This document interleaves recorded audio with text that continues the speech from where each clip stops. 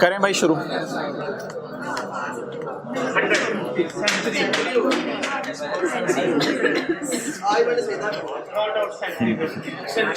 Okay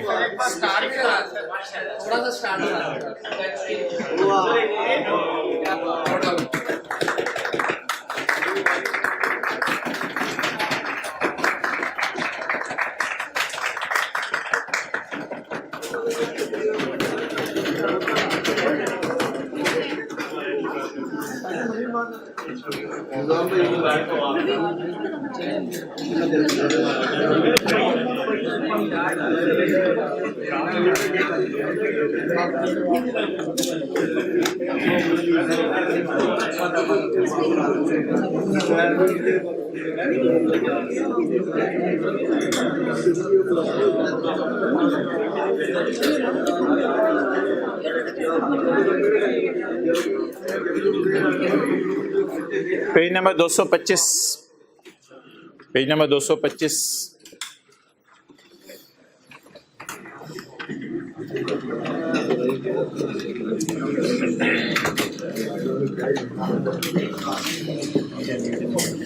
भाई एक organisation अगर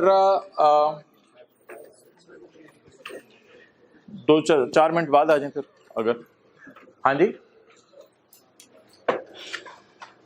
इसके मुंह को साफ करना पड़ेगा टिश्यू से, हम भी कर लेंगे चढ़ के। अच्छा चलें ठीक है। अच्छा भाई मुझे ये बताएं कि अगर एक ऑर्गेनाइजेशन है और वो कहती है कि मेरे नंबर ऑफ एम्प्लॉयज इतने हैं, बताएं ये SOCI से लिंक होगा या SOFP के नोट से लिंक होगा? नहीं कोई जरूरत नहीं है, नंबर ऑफ एम्प्लॉयज बता रहे हैं। मिसाल के तौर पे राइस वाले कहते हैं यार हमारे पास 80 एम्प्लॉयज हैं, तो 80 एम्प्लॉयज हैं, तो अब आप मुझे बताएं ये जो 80 एम्प्लॉयज हैं ये एम्प्लॉयज SOCI में भी नजर नहीं आते और SOF नंबर ऑफ एम्प्लॉयज कह रहा हूं, उनकी सैलरीज तो मुझे पता है, सैलरी इसमें नजर आती हैं, जितना आपको पता है उतना मुझे भी थोड़ा सा पता ही है। तो नंबर ऑफ एम्प्लॉयज में कह रहा हूं वो तो नहीं पता ना, कि वो तो ना SOCI की चीज है ना। तो भाईजान आज हम एक चीज पढ़ने लगे हैं जो सबसे इंटरेस्टिंग है। पेज 224 पे पहले हेडिंग पढ़ लें, जनरल रिक्वायरमेंट्स। कौन सी रिक्वायरमेंट्स? जनरल। जनरल का क्या मतलब है? ना SOCI से लिंक होंगी चीजें, ना SOFP से लिंक होंगी। पॉइंट नंबर डी, ये मैंने नेस्ले की फाइनेंशियल स्टेटमेंट्स का पेज नंबर लिखा हुआ है 95, इन दोनों के साथ 109, 106 और 105। ये नेस्ले की फाइनेंशियल स्टेटमेंट्स का पेज नंबर लिखा हुआ है जो आपने डाउनलोड करके PDF में अपने मोबाइल में रख ली हुई है। The following shall be disclosed in the financial statements, namely, ये जो चीजें आज डिस्क्लोजर्स की हम पढ़ने लगे हैं ना SOCI से लिंक हो सकती हैं ना SOFP से लिंक हो सकती हैं, क्योंकि ये जर्नल इंफॉर्मेशन है। Geographical location and address of all business units including mills and plants. तो इससे मुराद पता है क्या है? आपने अपनी फैक्ट्रीज बतानी है कहाँ कहाँ है। क्या फैक्ट्री हमारी एक जगह होगी या एक से ज्यादा भी फैक्ट्रीज हो सकती हैं? फैक्ट्रीज के बारे में कितनी चीजें बतानी है? 2। नंबर 1 जियोग्राफिकल लोकेशन कहाँ है, और एड्रेस। लोकेशन से मुराद है एग्जैक्ट किस लोकेशन पे है और उसका एरिया वगैरह आप बता देंगे। Next, particulars of companies immovable fixed assets, particulars of companies immovable fixed assets including location कहाँ है and area of land, और कितने एरिया पे है। असल में ना ये ना आमतौर पे अदर बिल्डिंग्स के लिए यूज हो जाता है, लेकिन इंटरचेंजेबली दोनों चीजें यूज होती हैं। क्या फैक्ट्री के अलावा और भी हमारी बिल्डिंग्स हो सकती हैं? हेड ऑफिस की बिल्डिंग, सेल डिपार्टमेंट की बिल्डिंग। तो फैक्ट्रीज की बिल्डिंग की लोकेशन भी बतानी है, और हेड ऑफिस वगैरह अदर बिल्डिंग से क्या मुराद है? अदर देन, ये येलो वाला आपने नहीं पढ़ना, ये इंशाल्लाह कल पढ़ाऊंगा।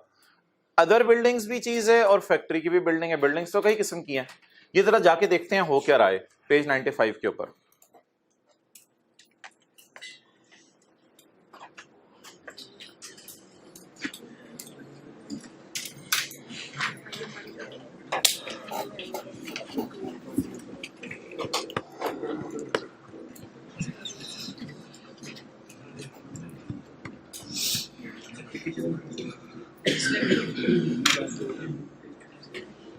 मोबाइल पे डाउनलोड की हुई है, जबरदस्त है फिर तो।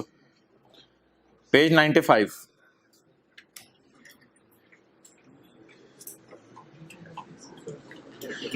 कुछ लोग आजकल इसको प्रॉपर्टी प्लांट एंड इक्विपमेंट का सब नोट डाल रहे हैं, वो इनकी मर्जी है, डालें ना डालें, क्योंकि पीपी के अंदर ही आपको पता है बिल्डिंग्स वगैरह और सारे फिक्स एसेट्स वगैरह आ रहे होते हैं। कुछ लोग पीपी का नोट्स बना के सब नोट यानी दुम के तौर पे डाल रहे हैं।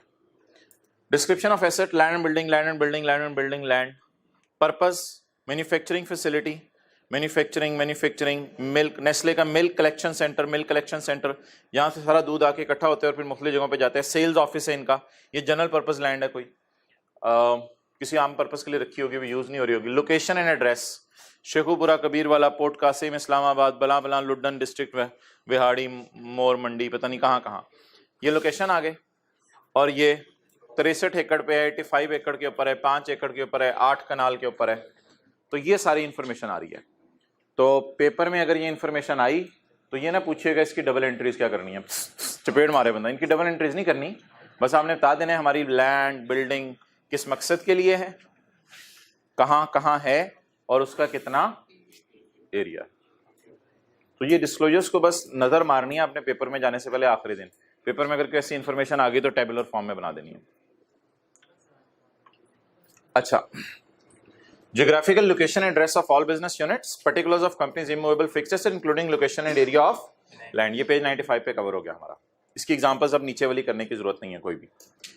Capacity of unit, factory capacity of factory, actual production कितनी हुई और अगर रीजंस फॉर शॉर्टफॉल है वो भी बताएं। क्या मतलब, 80 गाड़ियां दिन में बना सकते हैं होंडा, लेकिन एक्चुअली होंडा ने गाड़ियां बनाई 60, तो इसकी रीजन बताओ।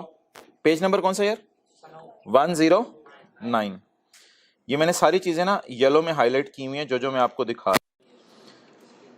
पेज 109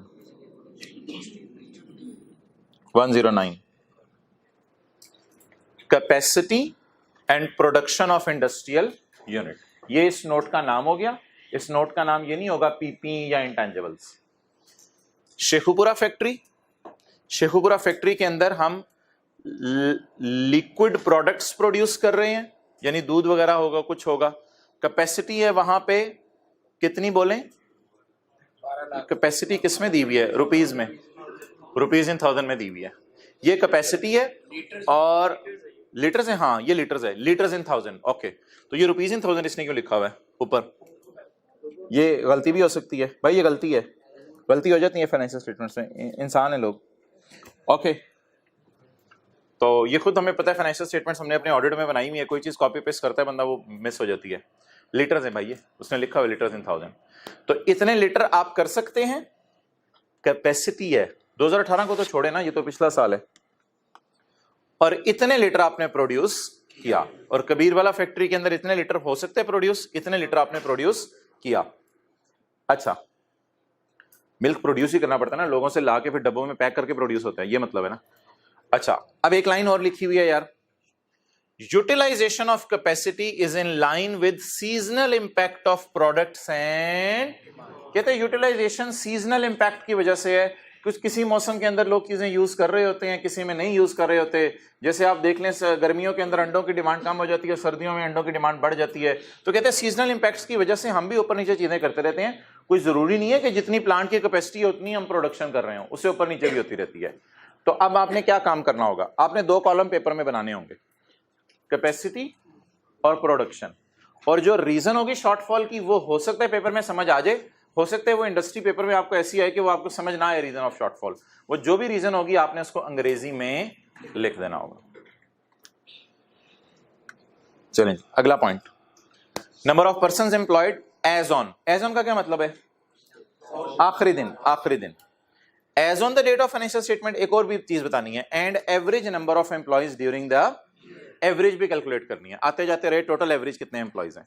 पेज नंबर 106, ऊपर जाना है, सब नहीं जाना है। 106, नोट नंबर 30, 7।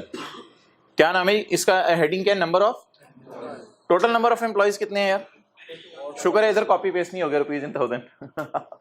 अच्छा, नंबर ऑफ एम्प्लॉइज कितने हैं, total number of employees, average number of employees during the year, average भी देंगे, और number of employees as at कितने हैं जी, लेकिन आते जाते रहे इस वजह से एवरेज जरा ज्यादा आ रही है।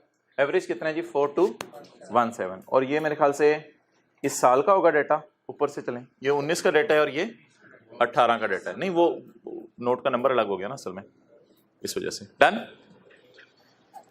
तो ये भी अब आपने 2 कॉलम बना देने हैं, ये 2 कॉलम बना देने हैं बस। माशाल्लाह 4000 एम्प्लॉइज हैं नेस्ले में। तो देखिए बहुत सी इंफॉर्मेशन है जो कंपनीज के बारे में लोगों को हम बताते हैं एज पर the requirements of company law. ये स्टैंडर्ड्स की रिक्वायरमेंट नहीं है, ये हमारे पाकिस्तान के लोकल लॉ की रिक्वायरमेंट्स हैं। आगे पढ़ें जी। नेम ऑफ, भाई एसोसिएटेड कंपनी से ना कंपनी लॉ में मुराद एसोसिएट नहीं है। एसोसिएटेड कंपनी एक बहुत ब्रॉड लफ्ज़ है जिसमें सब्सिडरी भी आ जाती हैं, एसोसिएटेड कंपनीज भी आ जाती हैं, सारी आ जाती हैं। एसोसिएटेड कंपनी से मुराद होती हैं जिनमें हमने अच्छे खासे शेयर खरीदे हैं। बहरहाल कंपनी लॉ में बड़ी डिटेल्ड इसकी डेफिनेशंस है, उससे हमें कंसर्न नहीं है। नेम ऑफ एसोसिएटेड कंपनीज और रिलेटेड पार्टीज और undertakings along with the basis of relationship, यानी उनके शेयर खरीदे हुए हैं या किस वजह से वो हमारी एसोसिएटेड हैं।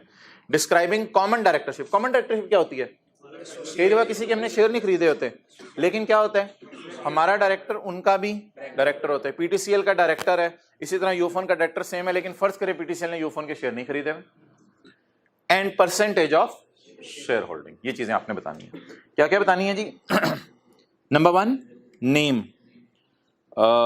along with basis of relationship, ये हो गया number 2।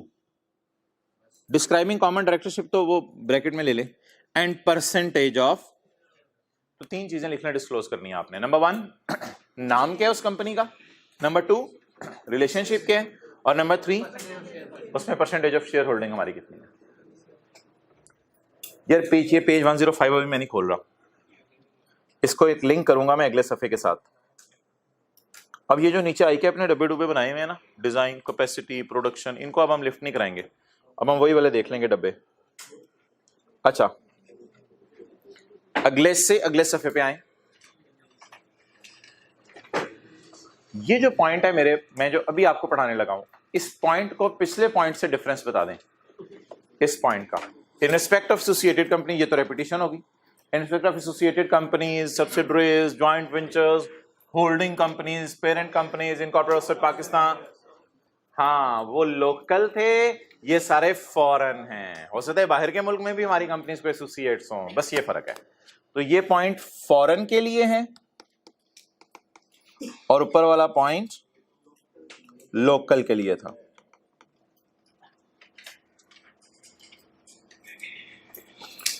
In respect of associated companies, subsidiaries, joint ventures, holding companies, incorporated, following shall be disclosed. शुक्र है इधर इसने अलग अलग बताया। नंबर 1 येलो वाला नहीं पढ़ना आपने, name of undertaking and country of incorporation. Number 2 basis association, हमारी सब्सिडरी है, जो जॉइंट वेंचर होते हैं दोनों ने 50-50 हिस्सा डाला हुआ है।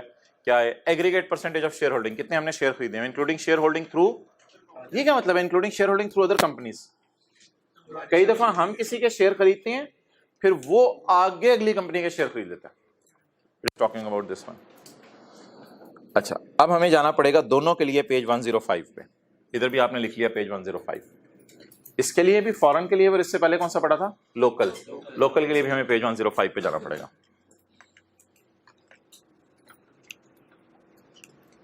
इस साथ साथ पेज खोल के देख रहे हैं घर में, जो लिख रहे हैं हाथ खड़ा करें, आज खोल के देख लीजिएगा यार, आज तो बहुत ज्यादा मैंने रेफर किए हैं। पेज 105,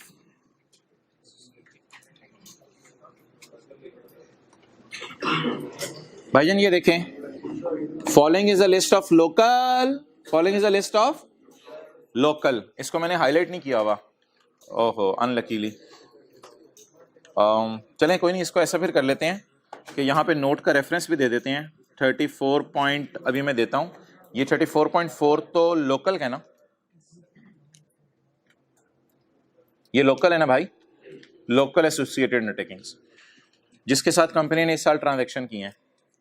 बाबर अली फाउंडेशन, इसमें हमने शेयर नहीं खरीदे हुए, ये हमारे कॉमन डायरेक्टर हैं इसमें, बुल्ले शाह पैकेजिंग लिमिटेड, इसमें भी कॉमन डायरेक्टर हैं। पैकेजेस का डायरेक्टर और नेस्ले का डायरेक्टर कोई एक कॉमन होगा। टेट्रा पाकिस्तान लिमिटेड का डायरेक्टर, लम्स का कोई एक डायरेक्टर इधर भी डायरेक्टर है। तो किसी के शेयर नहीं खरीदे हुए हमने, किसी के शेयर नहीं खरीदे हुए। डन। तो ये क्या हो गई? Common directorships. अच्छा, ये हो गया 34.4। इसको जरा मैं लोकल वाले पॉइंट से कंपेयर कर लूं। लोकल वाले पॉइंट से, लोकल वाला पॉइंट था किताब में पेज 225 पे ना, name of associated company. Name हम बता रहे हैं, ये नेम आ रहा है। नंबर 2 मैंने लिखा था बेसिस ऑफ रिलेशन, ये बेसिस ऑफ रिलेशन, ये हेडिंग देनी पड़ेगी, basis of relation. Next, and percentage of share holding, वो इसलिए नहीं हम बता रहे कि हमने किसी के शेयर नहीं खरीदे हुए, हमारी रीजन ही क्या है? Common directorship. डन। अगर किसी के शेयर खरीदे होते उसकी परसेंटेज ऑफ होल्डिंग बता देते। फिर ऐसे नाम आता, फलां कंपनी है, हमारी सब्सिडरी है, हमने उसके 70% शेयर खरीदे, ऐसा कुछ आ जाता। अच्छा, अगली चीज भाईजान क्या होगी? ये आपने लिख लिया यहाँ पे जाके 34.4।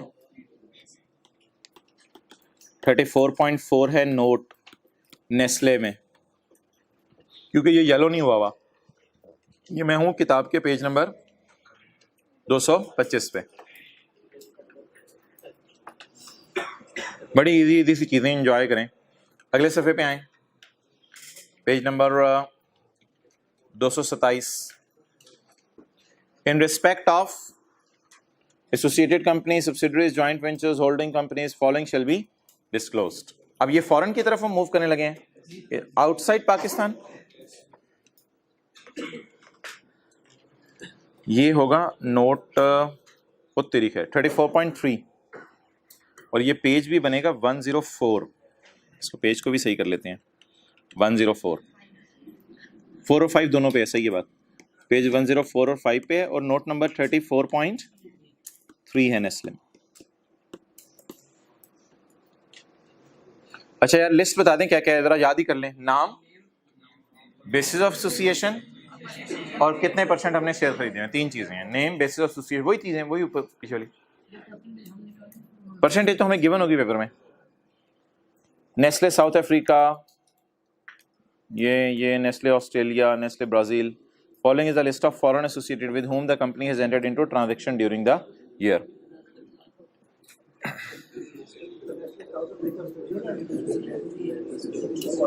अच्छा, ये नेस्ले स्विट्जरलैंड होगी फिर ये ऐसे कुछ लिखा होगा यार।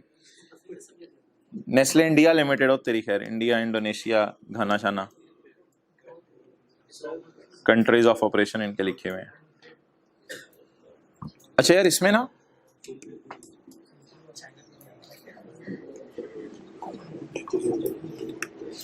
इसमें बड़ी अजीब सी चीज है।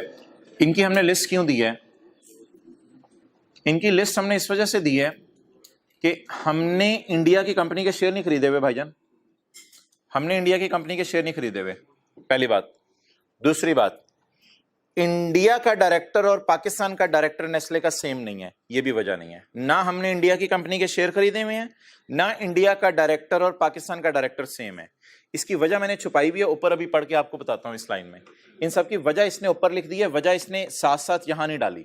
बेसिस ऑफ एसोसिएशन जिससे मैं कह रहा हूं, क्या 2 इंफॉर्मेशन आ गई? बोलें। नाम पता चल रहा है आपको इस कॉलम से? नाम पता चल रहा है? नाम। अच्छा, बेसिस ऑफ एसोसिएशन नहीं पता चल रही। नाम और कंट्री दोनों पता चल रहे हैं, नाम और कंट्री, नाम भी पता चल रहा है, कंट्री भी पता चल रही है। अच्छा, बेसिस ऑफ एसोसिएशन नहीं पता चल रही, aggregate percentage of share holding भी नहीं पता चल रही। अब बेसिस ऑफ एसोसिएशन तो मिसिंग है डिस्क्लोजर में, वो जरा ढूंढते हैं जाके। वो वजह ये है कि हमने ना इंडिया के शेयर खरीदे हुए, पाकिस्तान नेस्ले ने इंडिया नेस्ले के शेयर नहीं खरीदे हुए। नंबर 2, पाकिस्तान नेस्ले और इंडिया नेस्ले का कोई डायरेक्टर कॉमन नहीं है। उधर पता नहीं कौन से धर्म डायरेक्टर होंगे, इधर पाकिस्तान के अंदर अमजद रशीद डायरेक्टर होंगे, तो कोई डायरेक्टर भी कॉमन नहीं है। वजह यह है कि जो पेरेंट कंपनी है ना, पेरेंट कंपनी नेस्ले की, उसने पाकिस्तान के भी शेयर खरीदे हुए हैं और उसने इंडिया के भी शेयर खरीदे हुए हैं, इसलिए हम दोनों को किसी ने खरीदा हुआ है। शायद ये वजह बनी है, ये वजह उसने इंग्लिश में भी लिखने की कोशिश की है। ऑल फॉरेन एफिलिएट्स, इनका नाम इसने एफिलिएट्स रखा है, सारे बहन भाई मेरे बाहर के मुल्कों में नेस्ले की companies, all foreign affiliates are related to company, हमारे से उनका रिश्ता बनता है due to common holding of holding company. हमारी जो पेरेंट कंपनी है उसने सब में थोड़ी थोड़ी होल्डिंग की हुई है, जिसकी वजह से हम इन्हें क्या कह रहे हैं, फॉरेन एफिलिएट्स, फॉरेन सब्सिडरीज नहीं कह रहे, ये नहीं कह रहे। तो whatever the reason is mentioned in paper, वो आपने एज इट इज यहां उठा के कॉपी पेस्ट कर दिया करिए। बार बार क्यों नहीं लिखी ये रीजन इन्होंने बेसिस एसोसिएशन डाल के? वजह ही एक है ना, कोई वजह ही एक है। डन। तो अब यार मुझे बता दें टोटल डिस्क्लोजर कौन कौन से हो गए। सबसे पहले हमने कोई बिल्डिंग, लैंड, उनके एरियाज वगैरह और ये सारी चीज़ें बताई थी। इसके बाद मेरे ख्याल से हमने नंबर ऑफ एम्प्लॉयज़ से पहले प्रोडक्शन कैपेसिटी की थी, नंबर ऑफ एम्प्लॉयज़ वगैरह। अगला डिस्क्लोजर बोलें प्रोडक्शन कैपेसिटी वाला, ये 3 थे। और चौथा था लोकल सब्सिडरीज और एसोसिएट्स वगैरह, और अगला था फॉरेन। इन सबको हम जनरल डिस्क्लोजर्स क्यों कह रहे हैं? क्योंकि ये P&L बैलेंस शीट से शायद वाज़े तौर पे लिंक ना हो सके, इसलिए इनको जनरल डिस्क्लोजर्स कह रहे हैं। डन। अच्छा, अब आईकैप ने एक एग्जांपल दी हुई है फॉरेन की, उसे टेक कर लेते हैं। आईकैप ने एक एग्जांपल दी हुई है फॉरेन की। Following particulars relate to associated companies incorporated outside Pakistan with whom the company has entered into transaction during the year. इससे हमने कोई ट्रांजेक्शन भी की होंगी। Name Pakistan, Maroc, Phosphore, South Africa. Country Morocco. Basis of association joint venture with फलां फलां group. Aggregate percentage of share holding 12.5%। तो ये 4 इंफॉर्मेशन यहां ज्यादा अच्छी दी हुई हैं एज कंपेयर टू नेस्ले, इसलिए इस एग्जांपल को आप टिक कर लें। अब करना क्या, ये चीजें याद नहीं करनी, बस ये 4 बातें जहन में रखें। नंबर 1 क्या बताने, number 2 country of incorporation, number 3 and number 4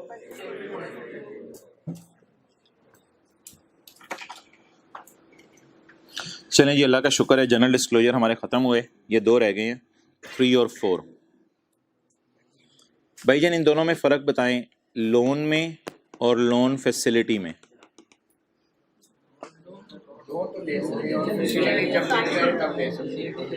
loan का मतलब है आपने बैंक से उधार ले लिया, लोन फैसिलिटी का मतलब है ले सकते हैं अभी लिया।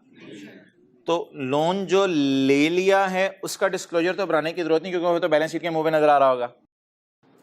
लेकिन अगर बैंक से वादा कर लिया कि तुमसे लोन ले लेंगे 2 साल बाद, अरेंज करके रखो पैसे, तो इसे क्या कहेंगे, loan facility. General nature of any credit facility, general nature of any available to company. तो उर्दू में आप लिख सकते हैं लोन ले सकते हैं बैंक से, लिया नहीं है, लोन ले सकते हैं बैंक से।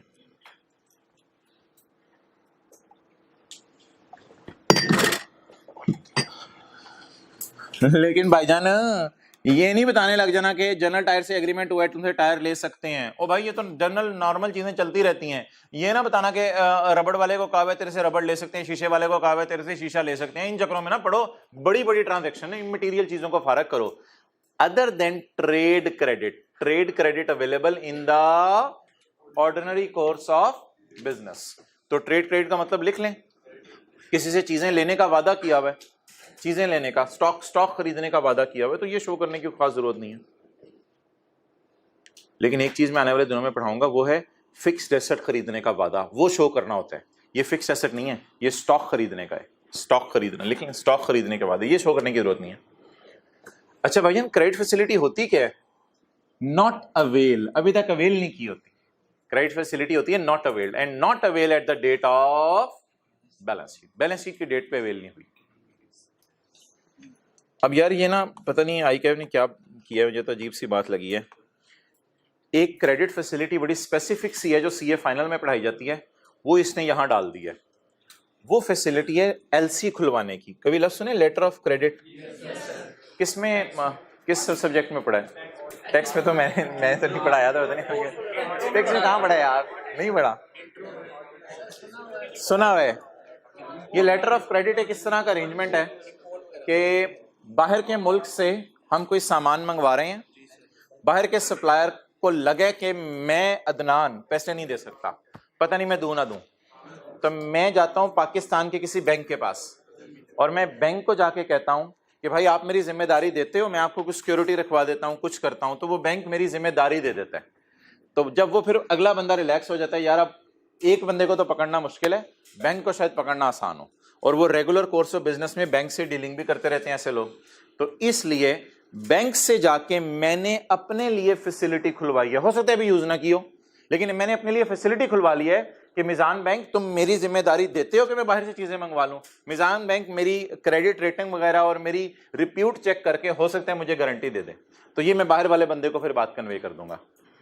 Facilities of letter of credit, facilities of letter of credit and letter of guarantees amounting to rupees itne and itne respectively are available to company against lien on shipping title document। कोई ना कोई हमने हो सकता है जो बाहर से चीजें मंगवा रहे हैं उनके डॉक्यूमेंट्स बैंक को जमा करवा दी हो, ये चीजें तुम्हारी बन जाएंगी अगर मैंने उधार वापस ना किया, तो ये कुछ इस किस्म की चीजें आगे काट दें।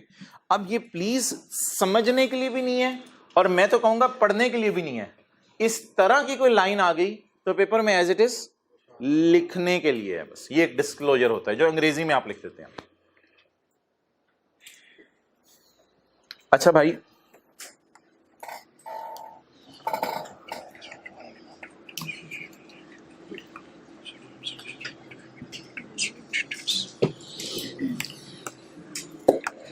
भाईजान फॉरेन डेटर किस टॉपिक में पढ़े थे हमने? फॉरेन डेटर IAS 21 में पाक रुपीज में कन्वर्ट करके सेल बुक होती थी और कैरिड ऑन भी पाक रुपीज में होता था। इसका डिस्क्लोजर देना है सिर्फ, फॉरेन डेटर एज ऑन का डिस्क्लोजर देना है या foreign debtor for the year का? डेटर तो आपके बहुत सारे होते हैं, अब डेटर्स में से बता दें कितने डेटर्स फॉरेन हैं और कितने डेटर्स लोकल है। लोकल बताने की जरूरत नहीं है, वो बाय डिफॉल्ट बाकी लोकल ही होंगे। डेटर में फॉरेन डेटर कितने हैं ये आपने डिस्क्लोजर देना है, एज ऑन या for the year? For the year तो सेल होती है, as on debtor. In case where the company is making कौन सी सेल? Export sale. जैसे होंडा एटलस कार वाले पाकिस्तान में रहते हुए मुरलीधरन को गाड़ी बेचने श्रीलंका में, in respect of company has made export sale following disclosures are required to be made in respect of receivable trade date.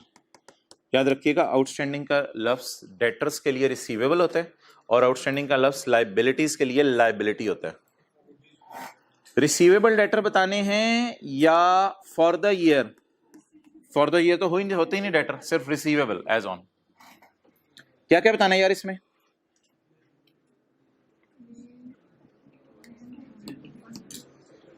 Name of company number 1 और undertaking in case of related party, ये related party है तो वो भी बता दें। Name of defaulting parties हो सकते हैं, फॉरेन डेटर भी मांग सकते हैं, जॉन माइकल भी हमारे पैसे लेके भाग सकता है, दूध के धुले हुए तो नहीं है वो। रिलेशनशिप इफ एनी, जो पैसे लेके भागा हमारा उससे रिश्ता क्या था, एंड द डिफॉल्ट अमाउंट। तो बैड डेट भी बताने हैं। अब आई के अपने को डिस्क्लोजर सा बनाया हुआ है, बस वही पढ़ लेते हैं। ट्रेड डेट्स, कहानी सुने। इंक्लूडेड इन, यार एक तो ये जो लफ्ज यूज करते हैं ना ये अजीब होते हैं। Included in receivable from export customer, included in receivable from export customer is an amount of 2 million receivable from ABC shoe company Peru. Peru ये पीर साहब नहीं है पाकिस्तान वाले, ये बाहर वाले मुल्क का Peru. Peru against export sale made by the company during the year the company made export sale of, ये तो एडिशनल डिस्क्लोजर दिया है, ड्यूरिंग द ईयर सेल बताने की जरूरत नहीं थी, दे दिया, उसकी मर्जी है। To ABC shoe company Peru through bank contracts. Default शिफॉल्ट नहीं किया होगा इसने, अब मैं क्या करूं, हमारा किसी रिश्तेदारी भी नहीं होगी, रिलेटेड पार्टी कहीं नहीं लिखा हुआ। तो फीलिंग क्या आ रही है आपको? जो लिखा होगा वो एज इट इज उतार देने। यार बताएं दोबारा जल्दी जल्दी डिस्क्लोजर्स बताएं कौन कौन से हमने पढ़े हैं। बिल्डिंग्स वगैरह, प्रोडक्शन कैपेसिटी, एक्चुअल वाली भी और एक्चुअल वाली भी और कैपेसिटी भी, और शॉर्टफॉल की रीजन भी। आगे नंबर ऑफ कितने किस्म के, एज ऑन भी और फॉर द ईयर नहीं, बिल्कुल एवरेज। आगे लोकल सब्सिडरीज वगैरह और एसोसिएट्स वगैरह, उनका नाम, उनसे एसोसिएशन की वजह और उनमें परसेंटेज ऑफ शेयर होल्डिंग। और फॉरेन सब्सिडरीज, नाम भी, उनकी कंट्री भी, और बेसिस ऑफ एसोसिएशन भी, और इसके बाद loan facility, and then export receivables, और अगर इसमें से कोई बैड डेट हुए हैं वो भी, और अगर उनका नाम भी, और उनसे हमारा रिलेशन भी। अच्छा,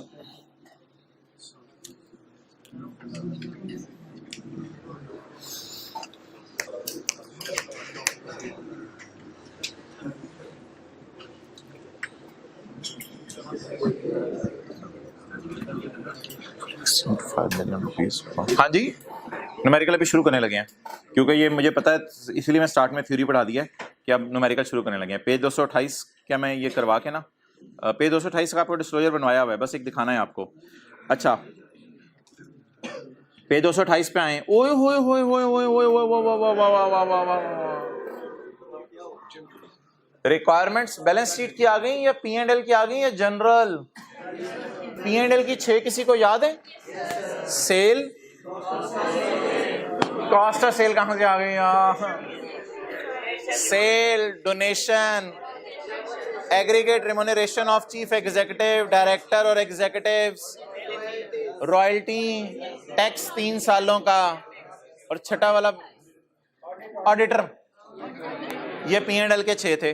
फिर आज जनरल हमने 7-8 पढ़े। अब कौन सी रिक्वायरमेंट्स हैं?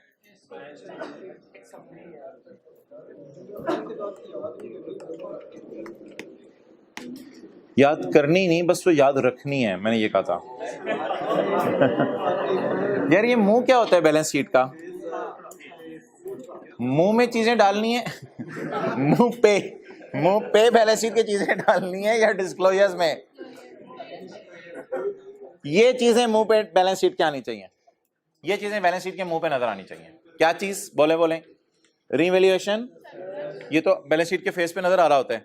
Surplus, long term deposits, paid to वापडा, paid to वापडा। क्या एंट्री बनेगी यार? वापडा वालों ने कहा यार हमें डिपॉजिट जमा करवाओ, हम आपका मीटर।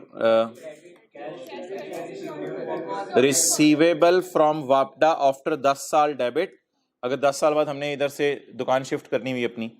रिसीवेबल फ्रॉम वापडा डेबिट, क्या ये रिफंडेबल होते हैं वापडा वाले पैसे। रिसीवेबल फ्रॉम वापडा डेबिट, कैश क्रेडिट।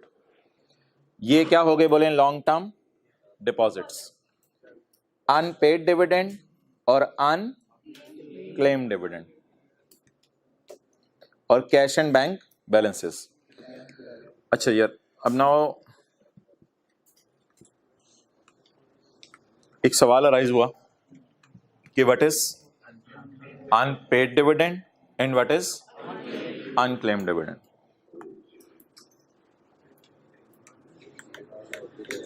अच्छा, कंपनी ने ना डिविडेंड अनाउंस कर दिया है, लेकिन अभी पेमेंट्स शुरू नहीं की। इसको क्या कहेंगे? अब शेयर होल्डर आ भी रहे, कह भी रहे मुझे दो, कंपनी कहती है बस 2-3 दिन में ना इंशाल्लाह चेक्स बनने शुरू हो जाएंगे, आप अभी वेट करें। तो ये क्या होगा? अनपेड। अनक्लेम क्या है? नहीं, अनक्लेम कंपनी ने पे करने शुरू कर दिए, लेकिन कुछ लोगों ने आके अभी क्लेम करना शुरू नहीं किया। ठीक है, कुछ लोगों ने आके क्लेम करना शुरू, कंपनी ने पेमेंट शुरू कर दी हैं, लेकिन कुछ लोग सुस्त हैं, वो भी जाके क्लेम नहीं कर रहे। तो उन डिविडेंड्स को क्या कहा जाएगा? अनक्लेम्ड। तो लिख लें उर्दू में, कंपनी ने पे करना शुरू कर दिए, कुछ शेयर होल्डर्स ने भी आके क्लेम नहीं किया, और ये सब ने आके अभी तक नहीं लिया क्योंकि कंपनी ने अभी तक पेमेंट का प्रोग्राम नहीं बनाया। हाँ यार वो ठीक है, बट आजकल जिस तरह सिनेरियो चल रहा है, आप ऑब्वियसली उनके डायरेक्ट बैंक अकाउंट में ट्रांसफर कर देते हैं, फिर अनपेड वाला सिनेरियो होता ही कम है। कुछ के ना बैंक अकाउंट्स अवेलेबल नहीं होते, चेंज हो गए होते हैं, उनमें फिर मसला आता है, फिर वो क्लेम नहीं करते तो हम अनक्लेम में डाल देते हैं। कंपनी ने पे करना शुरू कर दिया, कुछ मेरे जैसे सुस्त लोगों ने आके लिया नहीं है।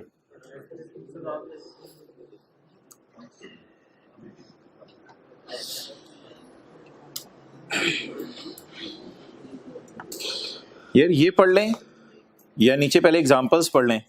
एग्जांपल्स पढ़ लें। अच्छा, ये क्या लिखा हुआ है फिक्स्ड एसेट के बारे में? कोई बिजनेसमैन है, कहते हैं मेरे पास 2 कनाल की लैंड है, 2 कनाल 2 मरले की, मेरे कब्जे में है, मेरे नाम है, acquired in 2014 at a cost of इतने, is not in the name of company. Possession means कब्जा है मेरा, अभी तक मेरे नाम नहीं लग सकी। ऐसा हो जाता है, बिल्कुल हो जाता है। आपने 7 वाले घर की जो है वो लैंड बाय की, उधर बैठे आपने पैसे दिए, जब एलडीए के दफ्तर में गए तो उधर पता चला कि वो ओनरशिप के ऊपर ही फटा पड़ा हुआ है। एलडीए वाले ने कहा ये फाइल डिस्प्यूटेड है। अब आप कह रहे हैं लैंड मेरे नाम लगाओ, मैंने पैसे पे किए हैं, मैंने करोड़ रुपया भी दे के आया हूं, तो आप कब्जा कर लेंगे उसके ऊपर, लेकिन आपके नाम नहीं होगी। तो ऐसी कोई लैंड है तो बैलेंस शीट में नजर आएगी जरूर, लेकिन नीचे डिस्क्लोजर में होगा कि अभी तक हमारे नाम ट्रांसफर नहीं। इस लैंड में क्या मसला बताएं? Land measuring 10 canals is neither in the name of company nor in the position of company. ये तो बदमाशों के पास है लैंड हमने खरीद ली है और हमने सोचा था वो जो बदमाश बैठे हुए हैं कुर्सियां डाल के और चारपाइयां डाल के क्लाशन में पकड़ के उनको हम जाके करेंगे, वो भाग जाएंगे। वो नहीं भागे। ना हमारा कब्जा है, ना हमारा कब्जा है उन पे लैंड पे, ना हमारे नाम लग रही है। हमने अपने आप को ओवर एस्टिमेट किया हुआ था, हमारे में इतनी जान नहीं थी। द कंपनी पेड 75 मिलियन बनता है। The company paid 75 million in July 2017 for land to be acquired from Pakistan Railways. वो तेरी खैर, पाकिस्तान रेलवे से खरीदी थी ये ओपन नीलामी में, और बाद में नीलामी किसी ने चैलेंज कर दी थी लाहौर हाई कोर्ट में, और लीगल केस अभी तक पेंडिंग है। अब उधर पटरियां बनी हुई हैं और हम समझ रहे हैं हमारी लैंड है, लेकिन उधर कोई लैंड इस्तेमाल नहीं करने दे रहा। तो अगर ऐसी कोई लैंड्स हैं आपकी तो बता दें यूजर्स को। वेयर एनी प्रॉपर्टी और asset acquired with the funds of company, funds तो कंपनी के यूज हुए ना, and is not held in the name of company, वो नीचे ये वाली थी, and is not held in the name of company और इज नॉट इन द, वो नीचे वाली थी, not in the possession of company. This fact, ये बात बता दें along with the reasons भी बताई हुई है नीचे। Not being in the name और पोजेशन, क्या वजह है कि आपके कब्जे में नहीं है, एंड द डिस्क्रिप्शन लैंड यानी उसका नाम, डिस्क्रिप्शन वैल्यू भी यूजर को बता दें, and the person in whose name and possession it is held. ये तो आपने यहां नहीं बताया, वैसे आपको बताना, इधर तो बताया रेलवे वालों की है ये भी, तो जिसके नाम है वो भी बता दें। तो ये मोटे मोटे इंफॉर्मेशन किसके बारे में बतानी है बोलें? प्रॉपर्टी और asset acquired with the funds of company and not in the name और पोजेशन ऑफ कंपनी। इसको भी पीपीई के नोट के दुम के तौर पे डाला जाएगा। ये बैलेंस शीट से लिंक हो सकता है, बैलेंस शीट से लिंक हो सकता है। Land and building shall be distinguished between free hold and lease hold. क्या मतलब? यार ये मैंने आपको नहीं, लीज वाली नहीं, लीज वाली तो राइट ऑफ यूज में जाती हैं। ये मैंने आपको बताया था कि लाहौर में ये है कि आप कोई ज़मीन खरीदें ना तो बस आपके नाम है, अब आप ही के नाम है। इस्लामाबाद में ये चक्कर है, कोई आप ज़मीन खरीदें पैसे फ़ौरन दे देते हैं, लेकिन इस्लामाबाद वाले कहते हैं 99 ईयर्स बाद जो है वो हम इसको वापस ले लेंगे। तो कुछ इस किस्म की कुछ जगह पे पाकिस्तान में है। तो फ्री होल्ड को अलग बताएं और lease hold. Four cells value shall be disclosed in case of revaluation of PP.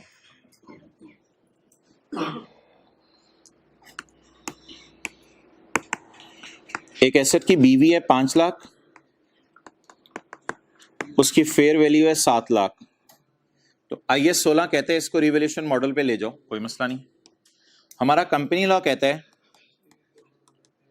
इसकी 4 सेल वैल्यू बताओ। बताएं जी, ये फेयर वैल्यू से कम होगी ज्यादा होगी? कम होगी। कोई बंदा मिसाल दे दे 4 सेल वैल्यू क्या होती है? आपके पास एक लैंड है, उसकी कीमत है 7 लाख। आपने 3-4 प्रॉपर्टी डीलर के पास जाके पता किया, उन्होंने कहा अल्हम्दुलिल्लाह 7 लाख की बिक जाएगी, आप परेशान ना हो। एकदम आपको डोनाल्ड ट्रंप की कॉल आ गई, भाईजान आप सब छोड़ें, आप अमेरिका आ जाएं, छोड़े परे, आप अमेरिका आ जाएं। अब आप फौरन प्रॉपर्टी डीलर के पास गए, भाईजान 7 लाख का, प्रॉपर्टी डीलर ने कहा 7 लाख की है लेकिन इतनी जल्दी में तो नहीं अब हो सकता ना। अब और प्रॉपर्टी डीलर को भी अंदाजा हो गया मजबूरी है आपकी, मैंने कहा अब ग्राहक आपको ढूंढ देते हैं कोई, लेकिन अब ऑब्वियसली इतने की तो नहीं आपकी बिकेगी। तो मजबूरी में जो चीज़ हम बेचते हैं ना उसे क्या कहते हैं? 4 सेल्स वैल्यू। तो मजबूरी की वजह से आपको फेयर वैल्यू रियलाइज नहीं होती। यानी कि मैं अभी खड़े होकर कहूँ कि आपने क्लास में ही अपना मोबाइल बेचना है तो ऑब्वियसली फेयर वैल्यू पे नहीं बिकेगा, मजबूरी में खड़े होकर सस्ता ही बिकेगा। 4 सेल्स वैल्यू। मरी के अंदर जो हुआ था, अब लोग अपनी मिसाल के तौर पे कहते हैं हमारी जेबों में पैसे नहीं है, हमारे मोबाइल ले लो, तो अगर इलाके वालों ने मोबाइल नहीं होंगे तो फेयर वैल्यू पता नहीं खरीदे होंगे उनसे। तो फोर्स सेल्स वैल्यू, अब ये कंपनी लॉ की रिक्वायरमेंट है, ये IFRS में नहीं लिखा हुआ कहीं। तो पाकिस्तान का लोकल लॉ क्या कहते हैं जी, दो वैल्यूज बताओ। नंबर 1 फेयर वैल्यू तो बतानी है ना, वो तो छोड़ें, एक वैल्यू और बता दो, जिन एसेट्स को रिवैल्यू अमाउंट पे रखा हुआ है सिर्फ उनका क्या बता दो, लेकिन जिनको कॉस्ट मॉडल पे रखा हुआ है उनकी फोर्स सेल वैल्यू बताने की जरूरत नहीं है। ये कॉन्सेप्ट भी बताना चाहिए। Force sales value shall be disclose separately in case of revaluation.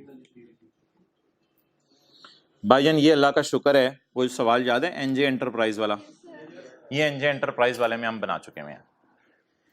ये डिस्क्लोजर आपने तब बनाना है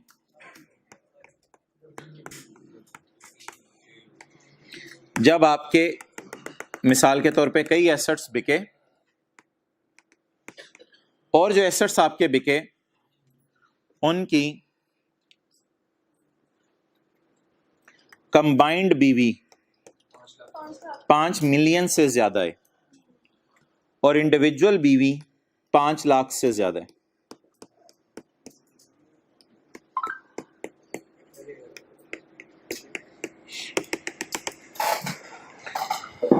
जिन्होंने वैसे टैक्स पढ़ा हुआ है उनको पता होगा, एक दफ़ा इस तरह की बात की थी कि टोटल अकाउंट का इतना बन जाए और इंडिविजुअल पेमेंट्स इतनी हो जाएं, कुछ उस किस्म की बात है। बहरहाल जिन्होंने टैक्स नहीं पढ़ा हुआ कोई मसला नहीं, बड़ी सादा सी बात है। जितने भी आपके साल में एसेट्स बिके अगर उनकी टोटल बीवी 50 लाख से ज्यादा हो और उस इंडिविजुअल एसेट की बीवी 5 लाख से ज्यादा हो तो आप यूजर को उसकी कॉस्ट बताएं, बुक वैल्यू बताएं, सेल प्राइस बताएं, उसका गेन लॉस बताएं, पर्टिकुलर्स ऑफ बायर बताएं, मोड ऑफ डिस्पोजल बताएं। इस एसेट का बताने की जरूरत नहीं है। क्यों? 5 लाख से कम है। और अगर मजे की बात सुने, आपका टोटल 5 मिलियन से बड़ा ही नहीं, फिर 6 लाख और 7 लाख वाले के बारे में भी बताने की जरूरत नहीं है, फिर उसके लिए भी बताने की जरूरत नहीं है। तो पहली शर्त बताएं, टोटल किससे ज्यादा हो, 5 मिलियन से ज्यादा हो और इंडिविजुअल एसेट तो उसका डिस्क्लोजर बनता है।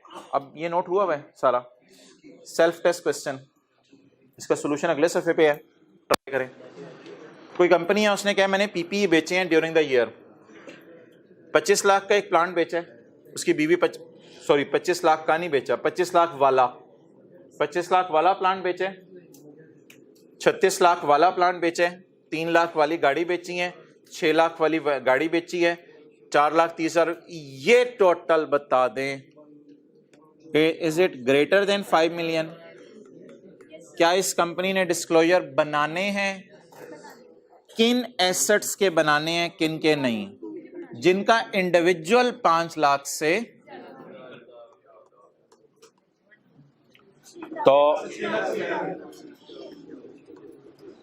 तो प्लांट 1, प्लांट 2 और व्हीकल 2 डन।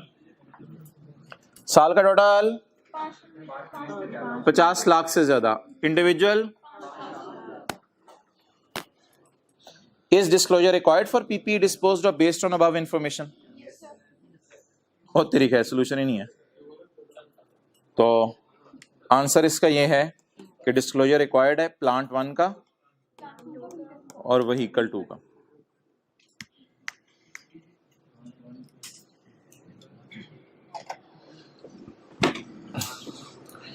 इसको ना अब आपने बड़े इंटरेस्ट से और शौक से देखना है। इसका नेस्ले का पेज नंबर किसी को याद है? मैंने बताया था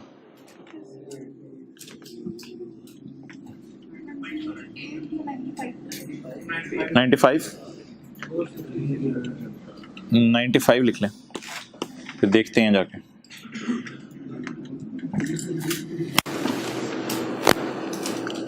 पे ना आपने एक चीज ऑब्जर्व करनी है बड़ी गौर से।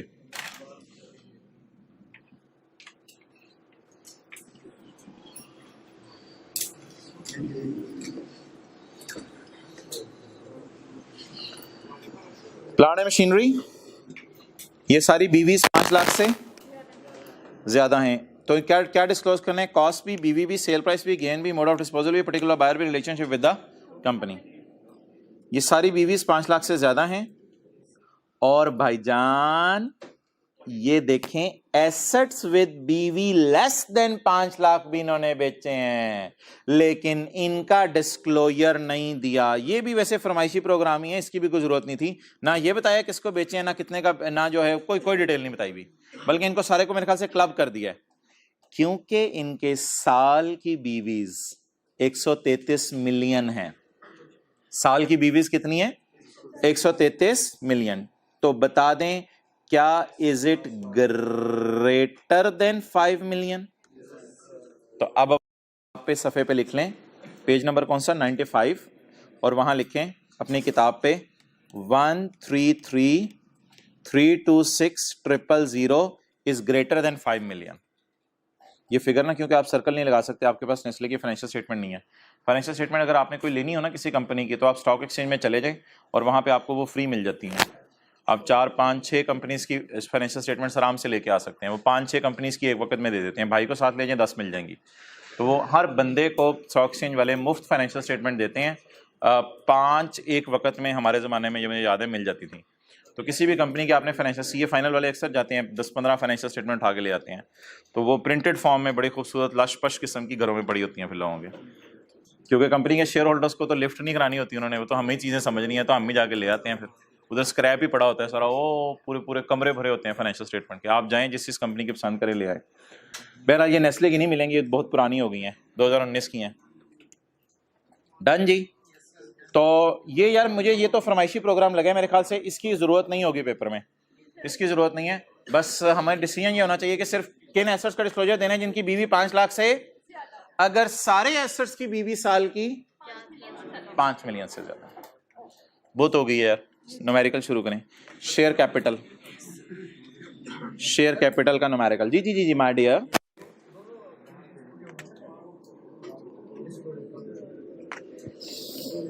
अच्छा हाँ यार, इसका डिस्क्लोज क्या क्या करना था, वो तो नजर ही नहीं मारा हमने। डिस्क्लोज क्या क्या करना था? In case of sale of fixed asset, if aggregate BV exceed 5 million, following particulars of each asset having BV of total BV 5 million से ज्यादा, अकेली BV 5 लाख से ज्यादा।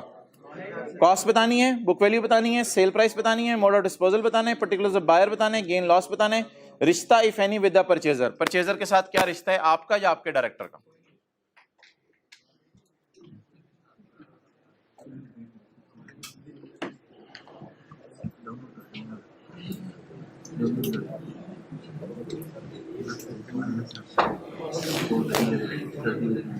अब आई कैप जो है ना आपके लेवल के सवाल देने लग गया पेपर में, बिलियंस के अंदर। तो बिलियन में सवाल आ जाए ना तो आपने परेशान नहीं होना, क्योंकि आपका लेवल बिलियंस वाला है। इंशाल्लाह बिलियंस रुपए होंगे, आप लोग ऐसे खर्चेंगे पता ही नहीं चलेगा, एक हाथ से आ रहे होंगे दूसरे हाथ से जा रहे होंगे। अच्छा जी, लेक्चर नोट्स कितने? लेक्चर नोट्स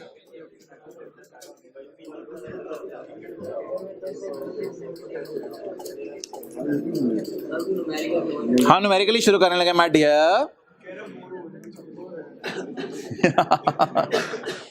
निकालें ये सवाल, फिक्स वाले के नीचे है, पेज नंबर 415।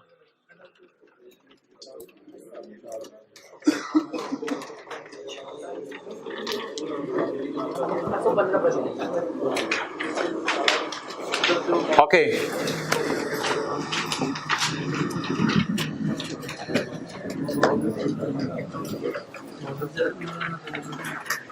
कंपनी को पैसे चाहिए तो क्या एंट्री होगी? Share capital credit. भाई ने कंपनी को कहा यार मैं भी कंपनी का मालिक बनना चाहता हूं, तो कंपनी ने कहा भाई पैसे लाएं। भाई ने कहा पैसे तो रहने दो यार, पैसे रहने दो, ये मैं आपको ना एक बिल्डिंग दे देता हूं, मैं आपको बिल्डिंग दे देता हूं। तो आप बता दें जी कंपनी क्या एंट्री करेगी? बिल्डिंग बन रही है, बिल्डिंग नहीं बिल्डिंग, बिल्डिंग डेबिट और शेयर कैपिटल। तो जब कभी कंपनी लॉन्च करती है अपने शेयर्स, तो कुछ लोग घरों से पैसे लाते हैं जैसे वो वन डिश पार्टी होती थी, कुछ लोग घर से बना के लाते थे, कुछ घर से छोटा भाई ले जाते थे।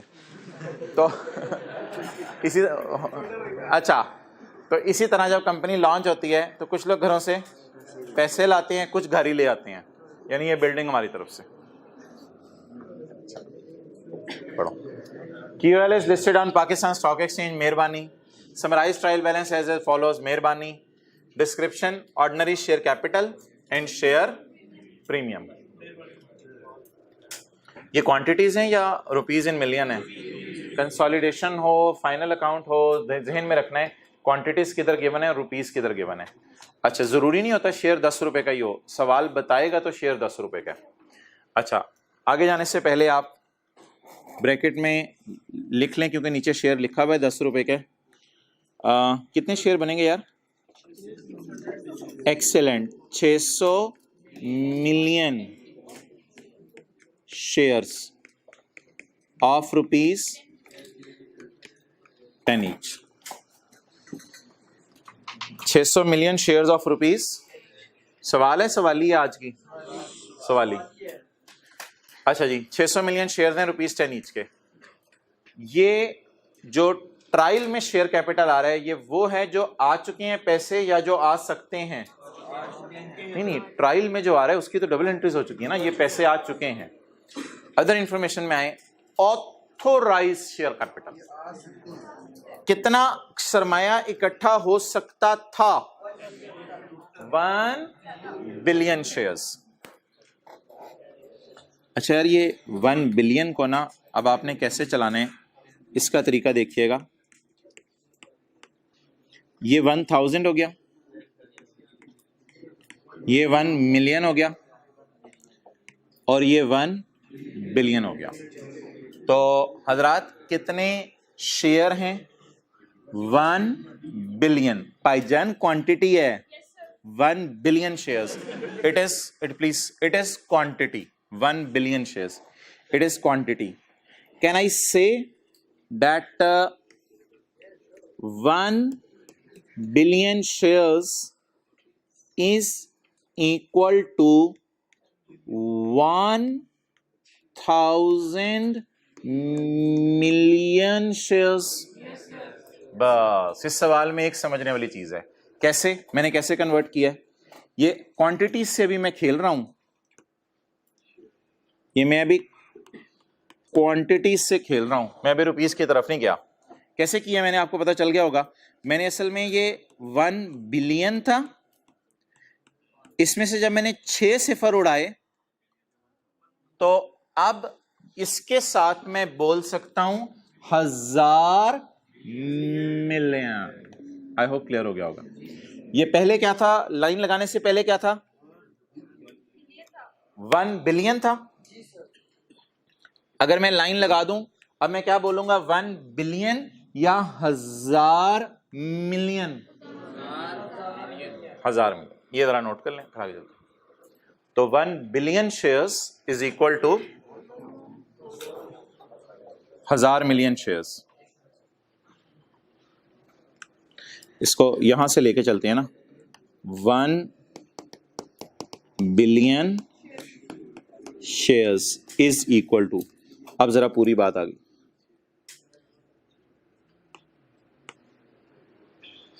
आई am just talking about my dear quantities.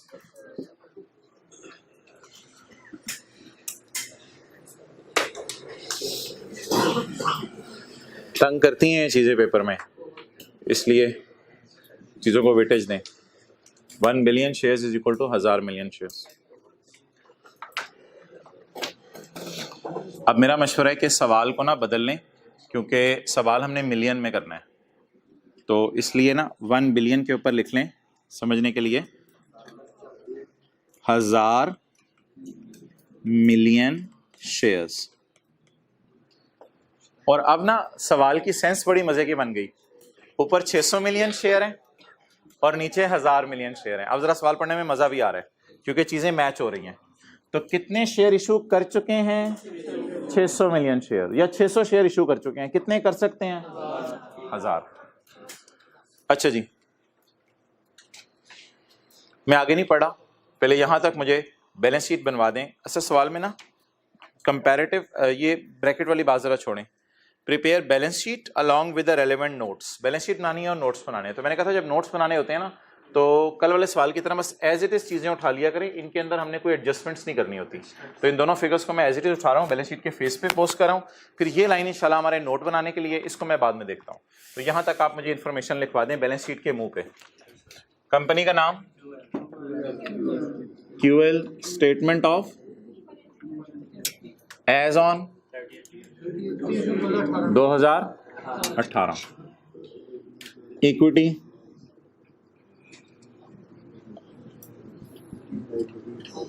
Authorised share capital. अच्छा इसको ना डबल अंडरलाइन करके क्लोज कर दें क्योंकि ये इंफॉर्मेशन आगे कहीं यूज नहीं होनी। अच्छा ब्रैकेट में क्या आना है और इधर क्या आना है ये आपने लिखना है अभी खुद ही। अगला बोलें, डबल एस ही आता है ना। इशूड शेयर, इशूड भी कहते हैं इसको, issued subscribe and paid up. पता है इसे इशू सब्सक्राइब पेड अप इसलिए कहते हैं, कंपनी ने इशू किया, लोगों ने सब्सक्राइब करके पैसे पे कर दिए। Issued subscribed and paid up capital, issued subscribed and paid up capital. और आगे शेयर प्रीमियम, रिटेन अर्निंग वगैरह सवाल में अवेलेबल नहीं है।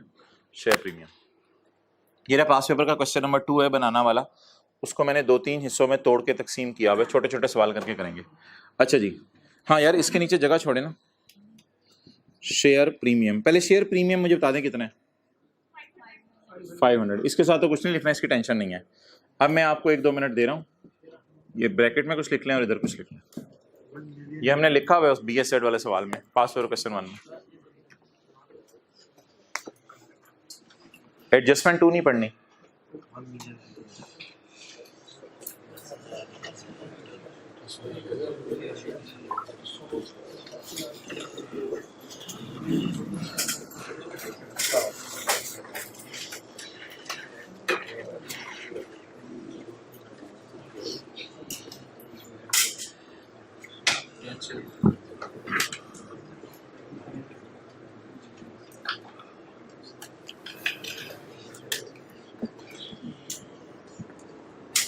हाँ जी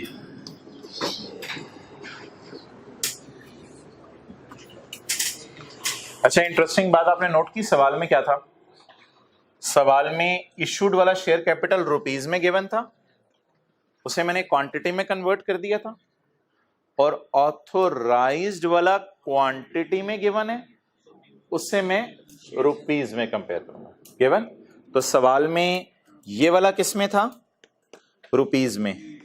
और ये वाला किस में था? तो कोई मसला नहीं, दोनों को वाइस कन्वर्ट किया जा सकता है। तो इसके रुपीज पकड़ लेता हूं, 6000 रुपीज इन मिलियन, और इसको इधर किस में कन्वर्ट कर दूं? क्वांटिटी में। ऑथराइज वाले हैं, sorry 6000, 600 million shares of rupees 10 each. चलें जी, इसका बताएं आप। ना इसमें ये ना मुझे पहले लिखवाएं, जो सवाल में गिवन है वो लिखवाएं। सवाल में ये गिवन था, उससे मैंने ये निकाला। इधर सवाल में गिवन है 1000 million shares of rupees 10 each. यानी जैसे शुरू वाली क्लास में आपसे बात हुई थी, 1000 बंदा 10 रुपए वाली टिकटें लेगा और चिड़ियाघर में चला जाएगा। तो 1000 ज़रब 10,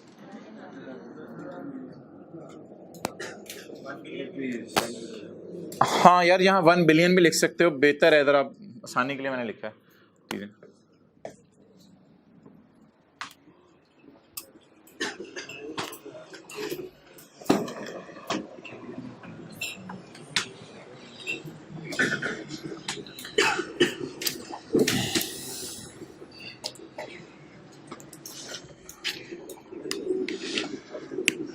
इधर आओ भाई।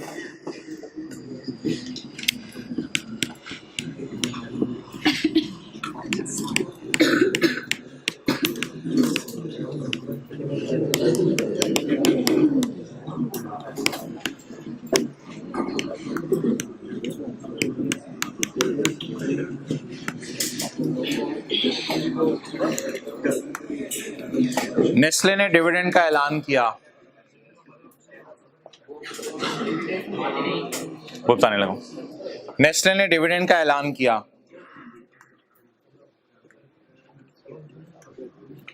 अगर नेस्ले के पास पैसे हैं तो नेस्ले अपने शेयर होल्डर को कहेगा पैसे ले लो। अगर नेस्ले के पास पैसे नहीं है तो नेस्ले प्रिंटिंग मशीन से शेयर प्रिंट करके दे देगा। तो आज बोनस शेयर्स की एंट्री पहली दफा आपके सामने मैं करने लगा हूं। Cash dividend, bonus dividend. भाईजान मिला नहीं है, हम नेस्ले हैं, बांटा है। फर्ज कर लें ये जो हमारी क्लास में, यार काजी, फर्ज कर लें ये जो हमारी क्लास में इस वक्त 100 बंदा बैठा हुआ है, ये 100 बंदा नेस्ले का शेयर होल्डर है।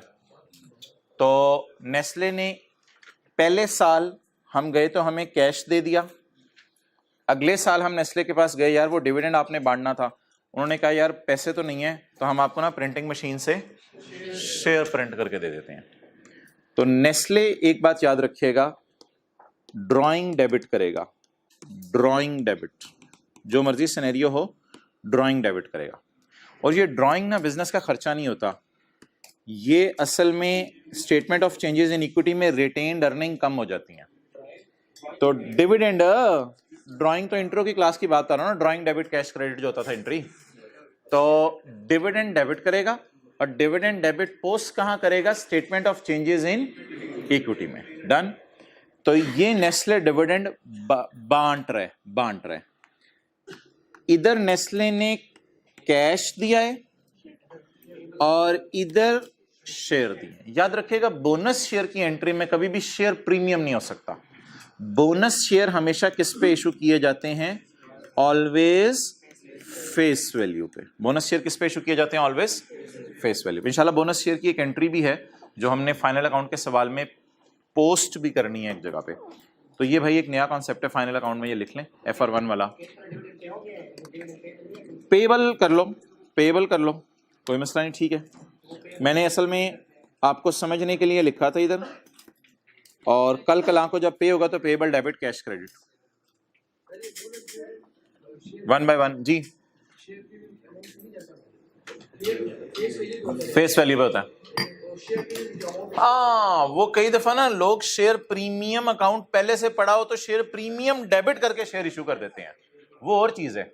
मैं कह रहा हूं ऐसा नहीं हो सकता कि शेयर कैपिटल क्रेडिट हो रहा हो, शेयर प्रीमियम क्रेडिट हो रहा हो।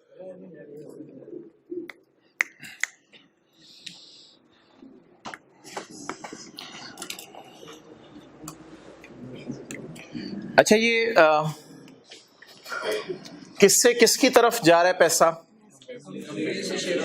फर्ज करें नेस्ले वाले पहाड़ पे खड़े हैं, ठीक है, नेस्ले वाले पहाड़ पे खड़े हैं और हम शेयर होल्डर्स पहाड़ के जड़ में खड़े हैं और नेस्ले वाले पहाड़ की चोटी पे खड़े हैं। तो ये नेस्ले से शेयर होल्डर्स की तरफ पैसा जा रहा है या फिर शेयर जा रहे हैं, ये तो तब होगा जब नेस्ले हमें पहाड़ की चोटी से पहाड़ की जड़ में शेयर होल्डर्स खड़े हैं उनको कुछ बांट रहा हो। क्या ऐसा भी कभी हो सकता है जिंदगी के किसी मोड़ पर, चले नोट करने देता हूं आपको, कि Nestle is in need of money, Nestle is in need of money, is in need of assets. अब क्या होगा, हम खड़े हैं जमीन पे और नेस्ले पहाड़ की चोटी पे है, अब हमें इधर से नया कैपिटल नेस्ले रेज कर रहा है, हमें इधर से पैसे उन्हें देने पड़ेंगे। अब क्या एंट्री होगी, नेस्ले इशूड शेयर्स, नेस्ले ने शेयर इशू किए लेकिन अब हमसे पैसे मांगे हैं, तो अब जमीन से आसमान की तरफ हम उन्हें क्या भेज रहे होंगे, पैसे। नेस्ले के अकाउंटेंट बने, नेस्ले के पास कैश डेबिट, शेयर कैपिटल और शेयर प्रीमियम क्रेडिट, और Nestle issued share for cash, Nestle issued share for cash, Nestle issued share against building against building. अब शेयर होल्डर नेस्ले को कह रहे हैं भाईजान तू पहाड़ पे ही रहे, हम ऊपर एक इमारत भेज रहे हैं, बनी बनाई तैयार छतें, तैयार बिल्डिंग्स, अब तो कैबन पूरे पूरे तैयार मिलते हैं। अब ये शादियां जो फार्म हाउस के अंदर होती हैं उसमें वॉशरूम वगैरह वो पूरे तैयार ही नीचे, आपने देखा होगा यार, हद हो गई, तो देखा होगा उसको क्या कहते हैं पता नहीं आप लोग, कंटेनर टाइप, कंटेनर टाइप, वो तैयार कंटेनर हमने ऊपर भेज दिया उनके लिए। चलो भाई, तो अब नीचे से ऊपर चीजें जा रही हैं क्योंकि Nestle is in need of money और इन नीड ऑफ एसेट्स। तो नेस्ले पहाड़ की चोटी पे होगा, हम नीचे से क्या भेजेंगे, बिल्डिंग, बिल्डिंग डेबिट और शेयर कैपिटल क्रेडिट। इधर भी शेयर प्रीमियम इन्वॉल्व हो सकता है, कोई मसला नहीं, इधर भी शेयर प्रीमियम इन्वॉल्व हो सकता है। हाँ जी, नहीं, कोई मसला नहीं। आप बिल्डिंग के 50 रुपए ले लो, 30 रुपए फेस वैल्यू में और 20 रुपए प्रीमियम के बाद में, प्रीमियम पे इशू हो जाता है, कोई मसला नहीं। अच्छा, प्रीमियम वो इस सिनेरियो में हो सकता है, वो इस सिनेरियो में हो सकता है, प्रीमियम डेबिट। वो कोई सवाल अगर बता देना यार, ये बहस कुछ लोग कर रहे हैं, वो जरा सुन लें इनकी बात का जवाब क्या है। असल में FR1 में ये पड़ा हुआ है, ICAP को मैंने बल्कि ईमेल भी की था, उन्होंने कहा था आपकी मर्जी है कि जो बोनस शेयर है ना वो चाहे रिटेन्ड अर्निंग में से बांट दो चाहे शेयर प्रीमियम में से बांट दो, तो कभी शेयर प्रीमियम यहाँ डेबिट भी हो जाता है, लेकिन उस बहस को भी छोड़ें। तो चलें जी, नोट करें, Nestle announce dividend, be quick यार, फाइनल अकाउंट में किताब पे ऐसी चीजें नोट कर लिया करें। दूसरा भी दिखा देता हूँ, अभी कुछ लोग ये नोट कर रहे थे ना असल में।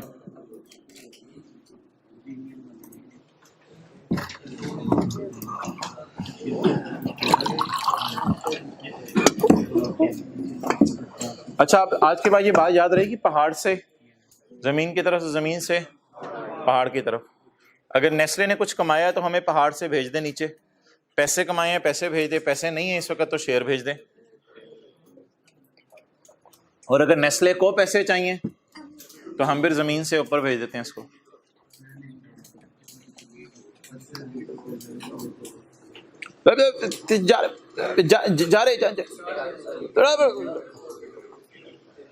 इसी तरह सफर में होता है, पहाड़ गुजर जाता है, आप सोए होते हैं, ओ पिंडी आ गया यार, मैंने तो वो सॉल्ट रेंज देखनी थी यार।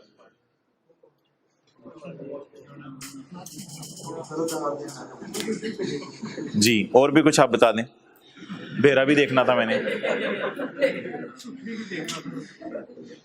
आपने चक्री देखना होगा।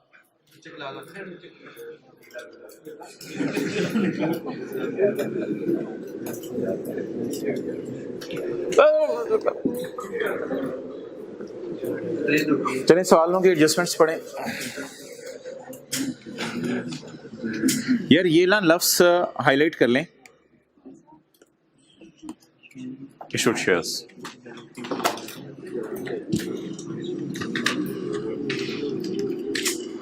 अब जा रहे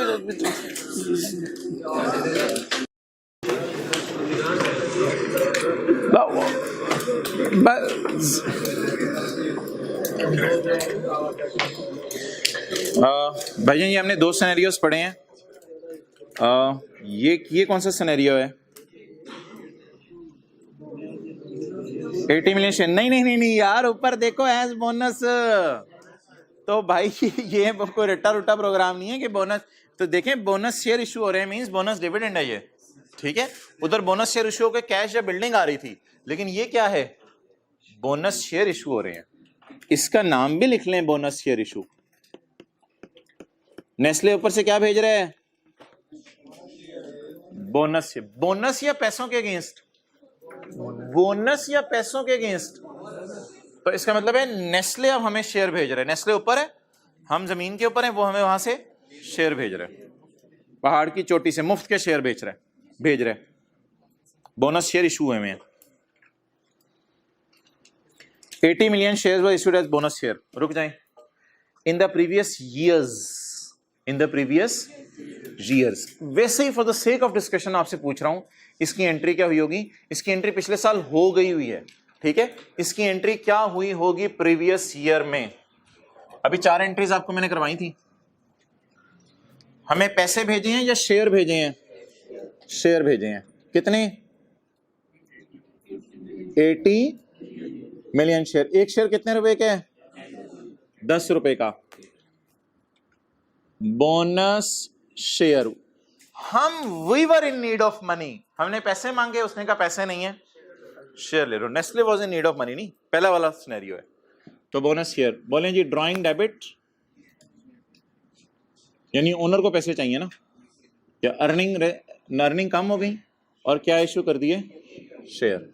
ये पिछले साल एंट्री अल्लाह का शुक्र है हो चुकी है, सिर्फ आपको बता रहा हूं कितने की हुई है, 800 की। अगली एंट्री देखें जी,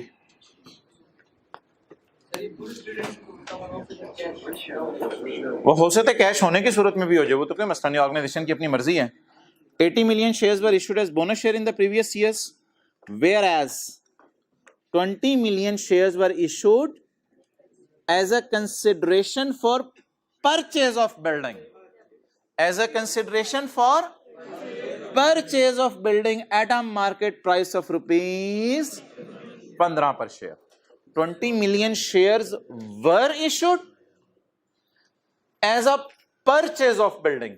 अब देखें एंट्री कौन सी बन रही है, 20 million shares were issued as a purchase of building. तो एक तरफ हम शेयर इशू करें, दूसरी तरफ क्या खरीद रहे हैं, बिल्डिंग खरीद रहे हैं। डन, ऊपर भेज रहे हैं बिल्डिंग। हाँ जी, यार ये देखो ना, वेयर एज का मतलब है अगली बात शुरू हो गई है, वेयर एज, और इसके साथ साथ 20 मिलियन वर कर दिए गए थे। हो सकता है ये भी पिछले सालों में जब भी हो। ऑफ विच तो नहीं लिखा हुआ, ऑफ विच तो नहीं लिखा हुआ, वेयर एज लिखा हुआ ना, और उसकी कोई सेंस नहीं बनती। बोनस शेयर की ना एक फिक्स एंट्री है, इसको हम बदल नहीं सकते, इसमें बिल्डिंग डाल नहीं सकते, ठीक है। और वेयर एज लिखा हुआ है, where as 20 million shares were issued for purchase of building. अच्छा, शेयर वर इशूड की एंट्री बताएं, 20 million share were issued, share capital credit for purchase of building. अब मैं नेस्ले का अकाउंटेंट हूं, ऊपर से तो मेरे पास क्या आ रही होगी, नीचे से बिल्डिंग, 15 रुपए है, प्रीमियम पेपर एंट्री करनी है, बोलें जी। बिल्डिंग परचेज की, उसके बदले क्या इशू की है, शेयर। एंट्री बोलें, बिल्डिंग डेबिट, शेयर कैपिटल और शेयर प्रीमियम क्रेडिट। अच्छा, ऐसी एंट्री के अंदर आप बेशक पहले बिल्डिंग को डेबिट कर लिया करें 15 रुपए से, नहीं करना तो शेयर कैपिटल को क्रेडिट कर लें 10 रुपए से जी। ऐसी एंट्री में ना मेरा मशवरा ये है कि आप जो है ना एंट्री ऐसे पहले कर लिया करें, ऐसे पहले कर लिया करें। 15 रुपए आए, ये 15 रुपए वाली बिल्डिंग आई, बदले में 10 और 5। अब क्वांटिटी बता दें, 15 रुपए तो प्राइस है ना, उसके बदले 10 रुपए फेस वैल्यू जी। क्वांटिटी इधर भी पहले क्वांटिटी डाली है मैंने, 20 मिलियन। तो अल्लाह का शुक्र है ये रुपीज इन मिलियन ही आ रहे हैं। ये जो एंट्रीज में हम करें, ये एंट्रीज हो चुकी हुई हैं, हमने करनी नहीं है। शेयर कैपिटल मैंने बढ़ाना नहीं है इन एंट्रीज की वजह से, बिल्डिंग मैंने डेबिट नहीं करनी, ये एंट्रीज हो चुकी हैं। डिस्क्लोजर के सवाल में जब तक ना बता दें हम एज्यूम करेंगे पोस्ट क्लोजिंग ट्रायल है, ये एंट्रीज हो चुकी हुई हैं।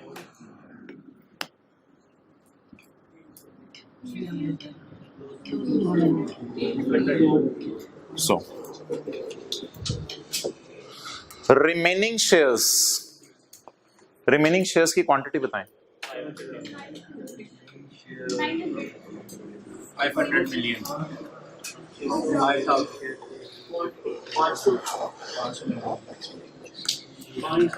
भाईजान 1000 से मत खेलें अभी, ये तो हम इशू कर सकते हैं ना।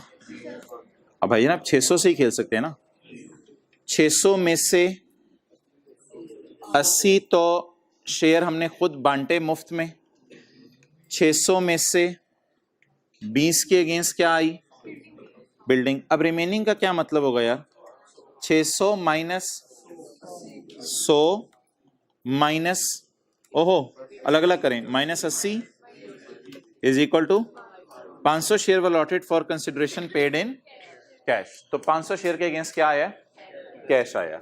अब हो सकता है इसके अगेंस्ट प्रीमियम भी कुछ आया हो, इसमें उसने हमें नहीं बताया कि कितने रुपए के बांटे हैं। Remaining shares were allotted for consideration paid in cash amounting to rupees X per share. ये इसने हमें डाटा नहीं बताया क्योंकि ये हमारे सवाल के लिए जरूरी भी नहीं है। अच्छा जी, ये इसने हमें डाटा नहीं बताया, डन हो गया। लेकिन वैसे ही बात कर रहा हूं, were remaining shares were issued for consideration in या for consideration in building cash. में बदले में क्या आ रहा था, अब पहाड़ के नीचे से ऊपर नेस्ले को क्या भेज रहे हैं लोग, कैश, और बदले में इन्होंने क्या इशू कर दिए, शेयर। तो कैश के अगेंस्ट शेयर इशू किए, शेयर इशूड अगेंस्ट, और भाई कैश पे जब शेयर इशू होते हैं ना तो कंपनी अक्सर फेस वैल्यू पे करती है, लेकिन स्ट्रॉन्ग कंपनी जो तो प्रीमियम पे करती हैं। Cash debit, share capital credit share, लेकिन बस ये इंटरेस्ट समझने के लिए है।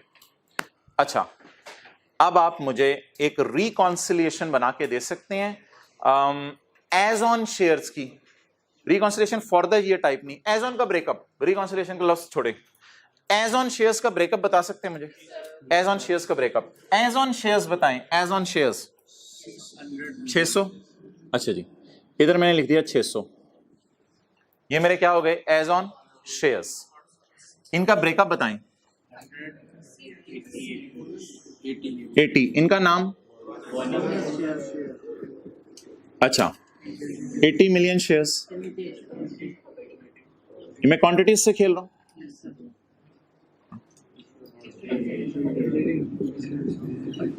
बिल्डिंग, अच्छा बाकी bonus share issued, share paper में पूरा लिखना है, ये नोट बन रहे QL note to the financial statements for year ended 30 June 18, और इधर नोट का नाम आएगा share capital, share capital, note number 7, 8 जो मर्जी कर लें। यार ये जो, हाँ आप बात सही कर रहे हो, क्वांटिटीज एज ऑन है, लेकिन असल में जो notes to the financial statements होते हैं ना, उस पे एक नॉर्म है कि सारी चीजें फॉर द ईयर ही लिखा होता है ऊपर। हालांकि नीचे जाके देखो, कल हमने जो है वो मिसाल के तौर पे डेटर्स का ब्रेकअप बनाया था तो वो एज ऑन बनाया था, लेकिन एक नॉर्म है कि notes to the financial statements के ऊपर क्या लिखा होता है, फॉर द ईयर। ये क्वांटिटीज बिल्कुल एज ऑन है, ये अपने समझने के लिए एज ऑन लिख लो, लेकिन काट दो, समझने के लिए एज ऑन लिख दो, पेपर में नहीं लिखना, लिख के काट। क्वांटिटीज एज ऑन चल रही थी यार हमारी। बैलेंसिंग किसके लिए थे, 600 मिलियन शेयर हमने इशू किए हुए हैं। How many against bonus, how many against building, remaining 500 की क्वांटिटी आ गई। शेयर बोले बोले बोले, shares issued against cash, done. अच्छा, अब भाईजान ये जो डिस्क्लोजर है ना, ये सिर्फ फेस वैल्यूज से मैच करता है। ये किससे मैच करता है, फेस वैल्यूज से। अब मैं आपको एक खुशी की खबर सुनाऊं, ये एंट्रीज आपके मैं समझने के लिए कर रहा था, एंट्रीज को करें फारग, सिर्फ हमने यहां फेस वैल्यू से मल्टीप्लाई करना है। बोनस शेयर 80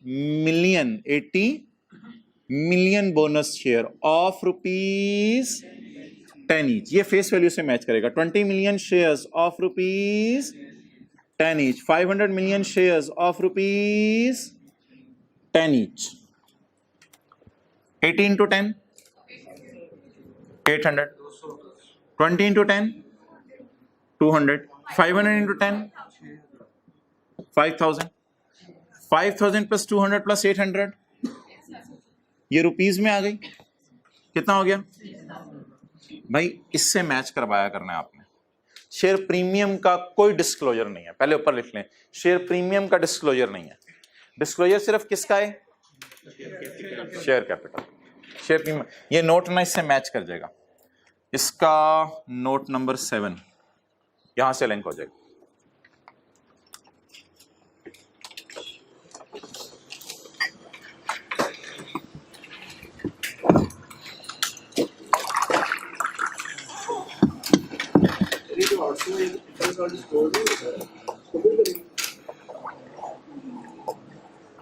जो पीपी का नोट होता है उसमें जो एज ऑन लैंड होती है, पिछले साल भी पड़ी होती है, इस साल भी पड़ी होती है।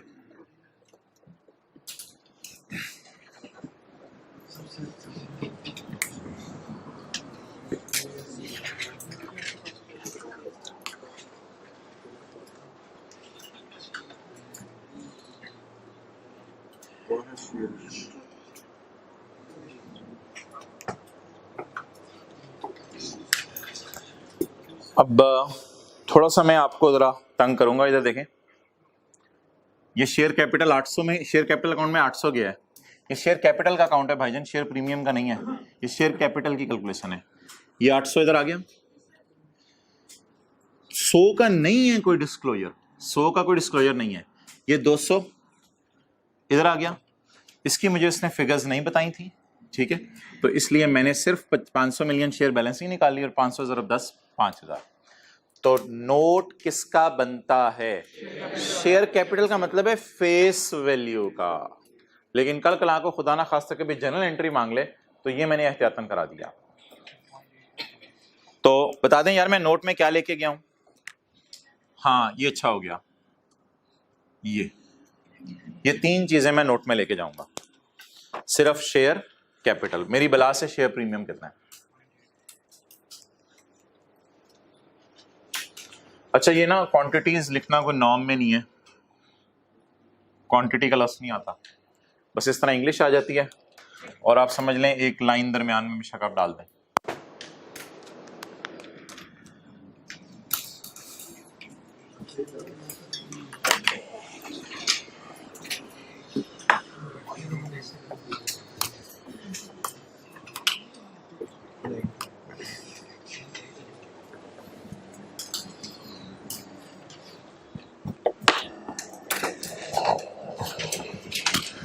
भाई ये ना एक बोल्ड में लाइन लिखी हुई है, ये आपने अभी नहीं पढ़नी, ये कल वाले सवाल में भी थी।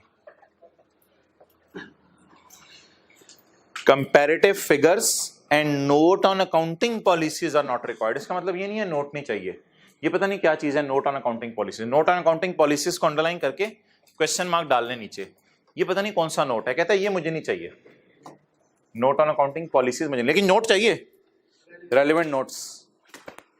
लेकिन नोट ऑन कोई अकाउंटिंग पॉलिसी भी अजीब सा नोट है, वो कहते हैं मुझे नहीं चाहिए।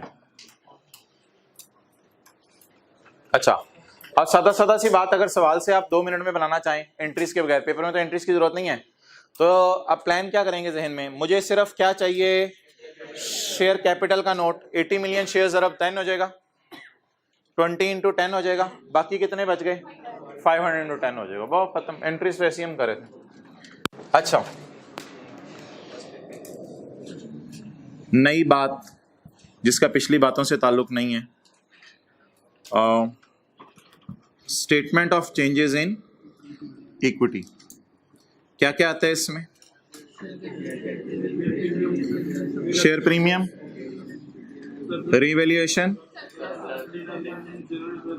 Retained earning, general reserves. Done.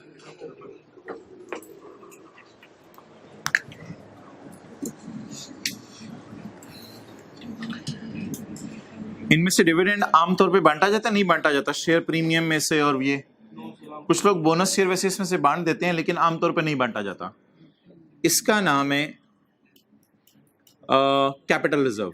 इसका नाम है, बोले बोले बोले, जैसे लफ्ज नहीं होता कैपिटल एक्सपेंडिचर रेवेन्यू एक्सपेंडिचर, उस तरह का कोई अजीब सा नाम है। इसका नाम है कैपिटल रिजर्व, और इसका नाम है भाईजान शेयर कैपिटल। अपना ही नाम काफी है। शेयर कैपिटल ने कहा मेरे उत्ते कुछ ना लिखना, मैं आप ही अपने में काफी हूं, तो खुदा के लिए मेरे ऊपर कुछ ना लिख देना। तो शेयर कैपिटल कोई रिजर्व नहीं है। रिजर्व्स कितने किस्म के हैं? 2, नंबर 1, नंबर 2 रेवेन्यू। डन। आप बता दें हमने सुबह सुबह कौन से डिस्क्लोजर शुरू किए थे? जनरल इंफॉर्मेशन, उसमें प्रोडक्शन कैपेसिटी का, एम्प्लॉइज का, फॉरेन और पाकिस्तान की एसोसिएट्स का, डेटर्स का, लेटर ऑफ क्रेडिट्स का। फिर हमने दरमियान में कौन सा डिस्क्लोजर पढ़ा था? पीपी का फोर सेल्स वैल्यू और पता नहीं क्या क्या। अब किसका डिस्क्लोजर हमारा मुकम्मल हो गया है? शेयर कैपिटल का। तो थ्योरी इसकी पढ़नी पड़ेगी आपको, आप खुशी से पढ़ें या आप नाराज होकर पढ़ें, ये सारी चीजें सामने खुली हुई हैं, थ्योरी पढ़ लें इसकी। बैलेंस शीट वाली चीजों में जाके ढूंढूं डिस्क्लोजर्स या P&L वालों में? तो हमारी आदत ये है आजकल। अच्छा वैसे ये किताब पे एक सफ़ा बना हुआ है यार, ये अगर किसी की नज़र पड़ी हो पेज 413, पेज 413, एक दो सफे पीछे, 414 है, 414 इधर रखें। ये नेस्ले की बैलेंस शीट है, ये नेस्ले का प्रॉफिट एंड लॉस है इन पेजेस पे, ये नेस्ले की फाइनेंशियल स्टेटमेंट जो मैंने आपको पीडीएफ में भेजी हुई है 414। ये नेस्ले की स्टेटमेंट ऑफ चेंज इन, ये नेस्ले की स्टेटमेंट ऑफ कैश फ्लो है, अगर आपको भी घर में देखें। और उत्तरी खैर नोट पेज 72 से 118 तक है। नोट्स कहां तक है? पेज 72 से 1, उसमें से कुछ कुछ नोट आपके सामने मैं शो कर रहा हूं, पीपी का, डेटर का, सेल का, कॉस्ट ऑफ सेल का, फिक्स के सवाल में, और पता नहीं कौन कौन से नोट हमने शो किए हैं। कुछ ये वाली पहली दो बातें छोड़ें, कुछ लिंक हो जाते हैं बैलेंस शीट से नोट्स, कुछ किससे लिंक हो जाते हैं, और कुछ जनरल डिस्क्लोजर्स होते हैं जो आज पेज 104 से 118 बार बार खोल रहे थे, 105 पेज खोलें, 109 पेज खोलें, 115 पेज खोलें। तो ये ओवरऑल स्ट्रक्चर है, इंशाल्लाह ये भी किसी दिन देखेंगे तफसील से नेस्ले की फाइनेंशियल स्टेटमेंट्स के अंदर। फिलहाल मुझे बता दें, ये जो हमने नोट बनाया जाके, ये बैलेंस शीट बनाई है, ये बैलेंस शीट बनाई है, और ये नोट्स में items linked with notes, notes में आइटम्स लिंक्ड विद एसओएफपी। क्या ये आइटम लिंक हो रहा है एसओएफपी से? तो ये वो नोट का हिस्सा हमने बनाया। अच्छा वो बता दें किस सफे पे हैं? ये जो फिक्स्ड एसेट वाले आज पढ़े थे उसी से आगे शेयर कैपिटल के होंगे। 100, 200, 229 नहीं यार, अच्छा ये क्यों नहीं पकड़ा? हाँ कैसे पकड़ेगा? फाइनल अकाउंट के चैप्टर में जाना पड़ेगा पहले। होमवर्क कोई नहीं आज। फाइनल अकाउंट का चैप्टर किधर है यार? ये इसका मतलब क्या होता है कि आप जाके आप ये चीजें पढ़ें, एक पेज आप स्किप करें, अगला भी स्किप करें, पेज 231, हिम्मत करके ये 8-10 लाइनें पढ़ जाएं, वरना ये चीजें व्हाइट बोर्ड से लिंक नहीं हो सकनी। पेज 231 का एंड, ये नोट तो मैंने बना दिया आपको। पेज 231 का and, in respect of issued share capital of भाईजान, इन रिस्पेक्ट ऑफ, इसका नोट नहीं बनाना, देख नहीं रहे थे ऊपर, मजा ही नहीं आया। इन रिस्पेक्ट ऑफ, इसका नोट नहीं बनाना, इसका नोट नहीं बनाना, इसका in respect of issued share capital following shall be disclose separately. Share allotted for consideration paid in, इस तरह सोचा करें, ऐसे रटा रटा नहीं। Share allotted for cash, share allotted for cash, ये share allotted for consideration other than cash building, showing separately shares issued against property and others, building, chair, share allotted as बोलो, ये ट्रेजरी शेयर्स हमारे syllabus में नहीं है। बहरहाल ये 4 disclosure हो गए। ये क्या होता है? Share holder agreement for voting right. Pakistan में तो मेरे ख्याल से सारे शेयर होल्डर्स का बराबर ही वोटिंग राइट होता है। अगर एक शेयर है तो एक वोटिंग राइट है आपका। शायद कुछ कंपनी लॉ में कुछ रिस्ट्रिक्शंस हो, पता नहीं। Share holder agreement for voting right भी बता दें आप कितने। बोर्ड सिलेक्शन कैसे होती है? शेयर होल्डर्स हाथ उठाते हैं, क्या होता है पता नहीं, आपको कंपनी लॉ में पता होगा। Right of first refusal, refusal का राइट भी किसी को है। कुछ लोगों ने मिलके वोटिंग ब्लॉक करनी है, उसका क्या तरीका है, ये सारा आप बता दें। अब ये क्या होगा? खुदा ना खासा पेपर में कोई अंग्रेजी की लाइनें आ गई ऐसी, तो as it is copy paste करनी होंगी। Capital and revenue reserves, capital and revenue reserves shall be clearly distinguished। यार वो जाके कभी कभी दिल चाहता है कि बंदा जरा नजर मारा है साथ ही। कैपिटल एंड रेवेन्यू रिजर्व, ये कहां जा रहे हैं हम? नेस्ले की फाइनेंशियल स्टेटमेंट में कहां जा रहे हैं? Statement of changes in equity, capital reserve, share premium, ये ना पढ़िएगा, ऐसी सीए फाइनल हो जाएगा आपका, ये ना पढ़िएगा। अच्छा, कैपिटल रिजर्व्स और रेवेन्यू रिजर्व्स, रिटेन्ड अर्निंग है ये, और ये जनरल रिजर्व। इधर एक और रिजर्व भी आ सकता है यार, आपको वैसे बड़े हो गए हुए हैं। कैपिटल रिजर्व में एक और रिजर्व भी आ सकता है, फेयर वैल्यू रिजर्व, मैं तो आपके सिलेबस की बात ही करूंगा ना। इधर एक और रिजर्व भी आ सकता है, फेयर वैल्यू रिजर्व, ये भी अनरियलाइज गेन होता है ना, तो ये फेयर वैल्यू रिजर्व भी इधर आ सकता है कैपिटल रिजर्व के अंदर। हेजिंग रिजर्व तो पता नहीं क्या चीज है। डन।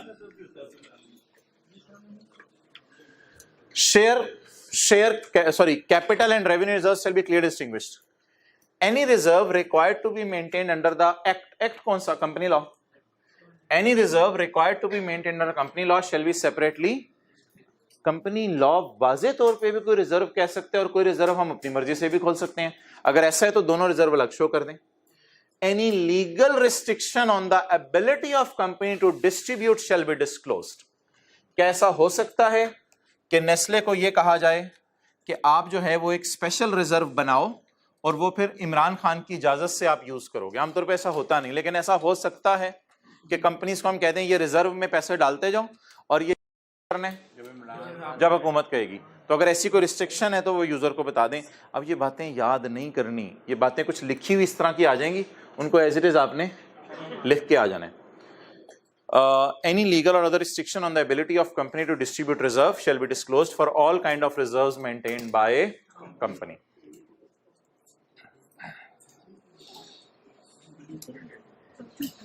पेज नंबर 223, 224,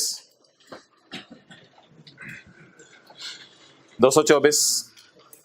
एग्जीक्यूटिव मैंने बता दिया था कौन होता है, जिसकी तनख्वाह साल की 12 लाख से ज्यादा हो। ये किसकी डेफिनेशन है? Capital reserve. ये किसकी डेफिनेशन है? पहली किसकी डेफिनेशन है और दूसरी? कैपिटल रिजर्व में आपको सिर्फ दो रिजर्व समझ आ सकते हैं, शेयर प्रीमियम और ये शेयर प्रीमियम और ये, बाकी तीनों आपको भी समझ नहीं आ सकते। लेकिन अगर कभी खुदा ना खास्ता एमसीक्यूज आ गए तो ये नाम याद नहीं करने, एक दफा बस नजर मार लीजिएगा, आपको पता चल जाए ये कौन सा रिजर्व है, कैपिटल रिजर्व। इसकी मिसाल लिख लें, रिवैल्यूएशन सरप्लस। क्या मैं कह सकता हूं revaluation surplus is a reserve not regarded free for dividend? Surplus में से डिविडेंड बांटा जाता है रिटेन्ड अर्निंग में से, रिटेन्ड अर्निंग में से, तो सरप्लस लिख लें इसका नाम। सरप्लस में से आमतौर पर लोग डिविडेंड नहीं बांटते, बल्कि किसमें से बांटते हैं? रिटेन्ड अर्निंग में से। ये तीन रिजर्व और हैं, पता नहीं कौन से। Reserve created under any other law, reserve rising as a consequence of scheme of arrangement, parent holding की कुछ स्कीम बन गई, profit prior to incorporation. Incorporation से पहले अगर आप कोई प्रॉफिट कमा लें, यानी अभी कंपनी एससीसीपी में रजिस्टर नहीं हुई, पहले कोई प्रॉफिट कमाए और उनको भी अलग रिजर्व में डाला हुआ है, तो ये 5 रिजर्व्स का क्या नाम है? कैपिटल। समझने में पहले और 5वें होने चाहिए, जहन में 5 होने चाहिए। अगले कौन से रिजर्व हैं? Revenue reserves. Revenue reserve mean reserve that is normally regarded as available for distribution of dividend. Distribution of dividend through the profits and loss account, including general reserves and other specific reserve created of profit and unappropriated profit, retained earning या पिछले सारे सालों के profit. हाँ जी, अच्छा यार एक मैं आपका सवाल लेता हूँ भाई। यार मुझे ये बता दें कि किधर है पेन, किधर है यार? उधर तो नहीं है। मुझे ये बता दें कल हमने कौन सा सवाल किया था? क्वेश्चन नंबर 1 BSZ वाला। मैं ऐसी सोच रहा था आपसे एक सवाल पूछूं, इसमें किस किस किस्म की एडजस्टमेंट्स की थी? एक थी क्लबिंग वाली एडजस्टमेंट्स बताएं। कैश एट बैंक, ये वैसे अपनी तरफ से नाम बना रहा हूं मैं, कैश एट बैंक और cash in current account saving को क्लब करके इकट्ठा शो कर दिया था। और भी क्लबिंग की थी, देते जाएं। प्री पेमेंट्स और वो सारी क्लबिंग वाली एडजस्टमेंट्स थी। ट्रेड एंड अदर पेबल्स और एक्रूड लायबिलिटीज। अच्छा, क्लबिंग के साथ ही एक और चीज भी, क्लासिफिकेशन वाली कुछ एडजस्टमेंट्स थी। क्लासिफिकेशन वाली एडजस्टमेंट बताएं। क्लासिफाई किया था अलग अलग, करंट और नॉन करंट में एडवांस टू सप्लायर को क्लासिफाई किया था अलग अलग। फिगर 16 की ही थी, 12 और 4 को अलग अलग डाल दिया था। कुछ चीजों को क्लब कर दिया था, कुछ चीजों को अच्छी अच्छी जगहों पे क्लासिफाई कर दिया था। क्लासिफिकेशन का मैं मतलब नाम ले लूं, करंट और नॉन करंट, करंट और, ये अपनी तरफ से फिक्रे मैं बोल रहा हूँ, स्टैंडर्ड में नहीं है। अच्छा, और किस किस्म की एडजस्टमेंट्स की थी? नेरेटिव। नेरेटिव का क्या मतलब? अंग्रेजी, मिसाल दें मिसाल दें मिसाल दें। वैल्यूअर का नाम, बैंक का इंटरेस्ट 3 से 7% में रेंज कर रहा है, ये भी एक एडजस्टमेंट की थी। और किस्म की एडजस्टमेंट की थी? टेबुलर फॉर्म में एडजस्टमेंट्स की थी, टेबल बनाया था, टेबुलर फॉर्म में एडजस्टमेंट्स की थी। जैसे टेबुलर फॉर्म के अंदर हमने यहाँ डिस्पोजल्स की डिटेल भी कर दी थी, पीपी का भी एक टेबुलर फॉर्म में बनाया था, डेटर्स का भी टेबुलर फॉर्म में बनाया था, कंसिडर्ड गुड और ये सारा। तो डिफरेंट तरीके हैं डिस्क्लोजर्स देने के। अगर आप आज के डिस्क्लोजर्स में से पूछें तो टेबुलर फॉर्म इसका नाम दे दें, जो मर्जी दे दें। आज मैंने डिस्क्लोजर टेबुलर फॉर्म में बनाया है। डिस्क्रिप्टिव भी मैं दे सकता था, लेकिन वो वोटिंग राइट वगैरह और ब्लॉक वोटिंग की अंग्रेजी होती, तो वो किस फॉर्म में आ जाती? डिस्क्रिप्टिव फॉर्म में। तो डिफरेंट किस्म के डिस्क्लोजर्स हैं, वो इंशाल्लाह जैसे जैसे पढ़ते रहेंगे तो पेपर में से उन्हीं में से आते हैं। ऐसी बात नहीं है कि आप पूछें यार अच्छा कितने होते हैं, क्या क्या होते हैं, कहाँ से आते हैं, जो पढ़े उन्हीं में से आते हैं ना। तो ये डिफरेंट किस्म के डिस्क्लोजर्स हैं। अच्छा, एक बात यार मुझे ऐसे ही परसों याद आई, अब कल मैं आपको बताना भूल गया। एक सवाल हमने किया था, नेस्ले, हमने बाहर की कंपनी के एडी में शेयर खरीदे हैं और उसमें हमें फड्डा पड़ गया था कि क्या चीज कैसे लें। तो ये आज से पता नहीं 2009 की बात है। तो हम आज करने के लिए जब गए तो उधर जो 3 क्या रियाल है ना, सऊदी अरब के 3 रियाल की 2 बोतलें मिलती थी, टिन, 75 रुपये बन गए, उस जमाने में 25 रुपये का रियाल था। अब मुझे बताएं, जब पाकिस्तानी बंदा जाता है क्या करता है? पहले क्या देखता है? बॉटल्स। पहले उसकी नजर क्या पड़ती है? बॉटल्स पे। तो पहली नजर उसकी पड़ती है बॉटल्स पे, 2 बोतलें पड़ी हुई हैं। दूसरी नजर पड़ती है बाहर के मुल्क में ये बोतलें कितने की हैं। मैं भी यही करता था, आप लोग भी जाएंगे इंशाल्लाह यही करेंगे। आप पहले नजर किस में डालेंगे? 2 बोतलें खरीदनी है। अगली नजर किस पे डालेंगे? अगली नजर आप डालेंगे 3 रियाल। फिर आप खरीदने से पहले सोचेंगे 1 रियाल 25 रुपए का है, 2 रियाल 75 रुपए की बोतल ले लूं ना। पाकिस्तानी इसी तरह सोचते हैं ना, यार रियाल में पैसे दे देते हैं, कोई नहीं। सोचते हैं, आपने सुने पाकिस्तानी इस तरह सोचते हैं उधर जाके, ओ यार 75 रुपए पाकिस्तानी दे 2 बोतलां, यार सोच ले, चल ले ले रशीद, देखी जाएगी। तो भाई इसी तरह वो शेयर्स वाला सवाल था। मैंने आपको कहा था पहले शेयर्स की क्या देखें, फिर आप देखें एईडी में कितने का है, फिर आप देखें एईडी में कितने का, और एंड पे क्या देखें? पाक रुपीज में उसको कैसे कन्वर्ट करना है। तो यही बंदे का थॉट प्रोसेस होता है जो चल रहा होता है। ठीक है, ओवर कर दो, होमवर्क नहीं है। कल 1 मिनट, कल ना 2 लेक्चर अपलोड होंगे अगली क्लास में, पार्ट ए और पार्ट बी के नाम से, क्योंकि फाइल बड़ी है तो 2-2 घंटे की फाइलें होंगी, पार्ट ए पार्ट बी के नाम से। ओवर।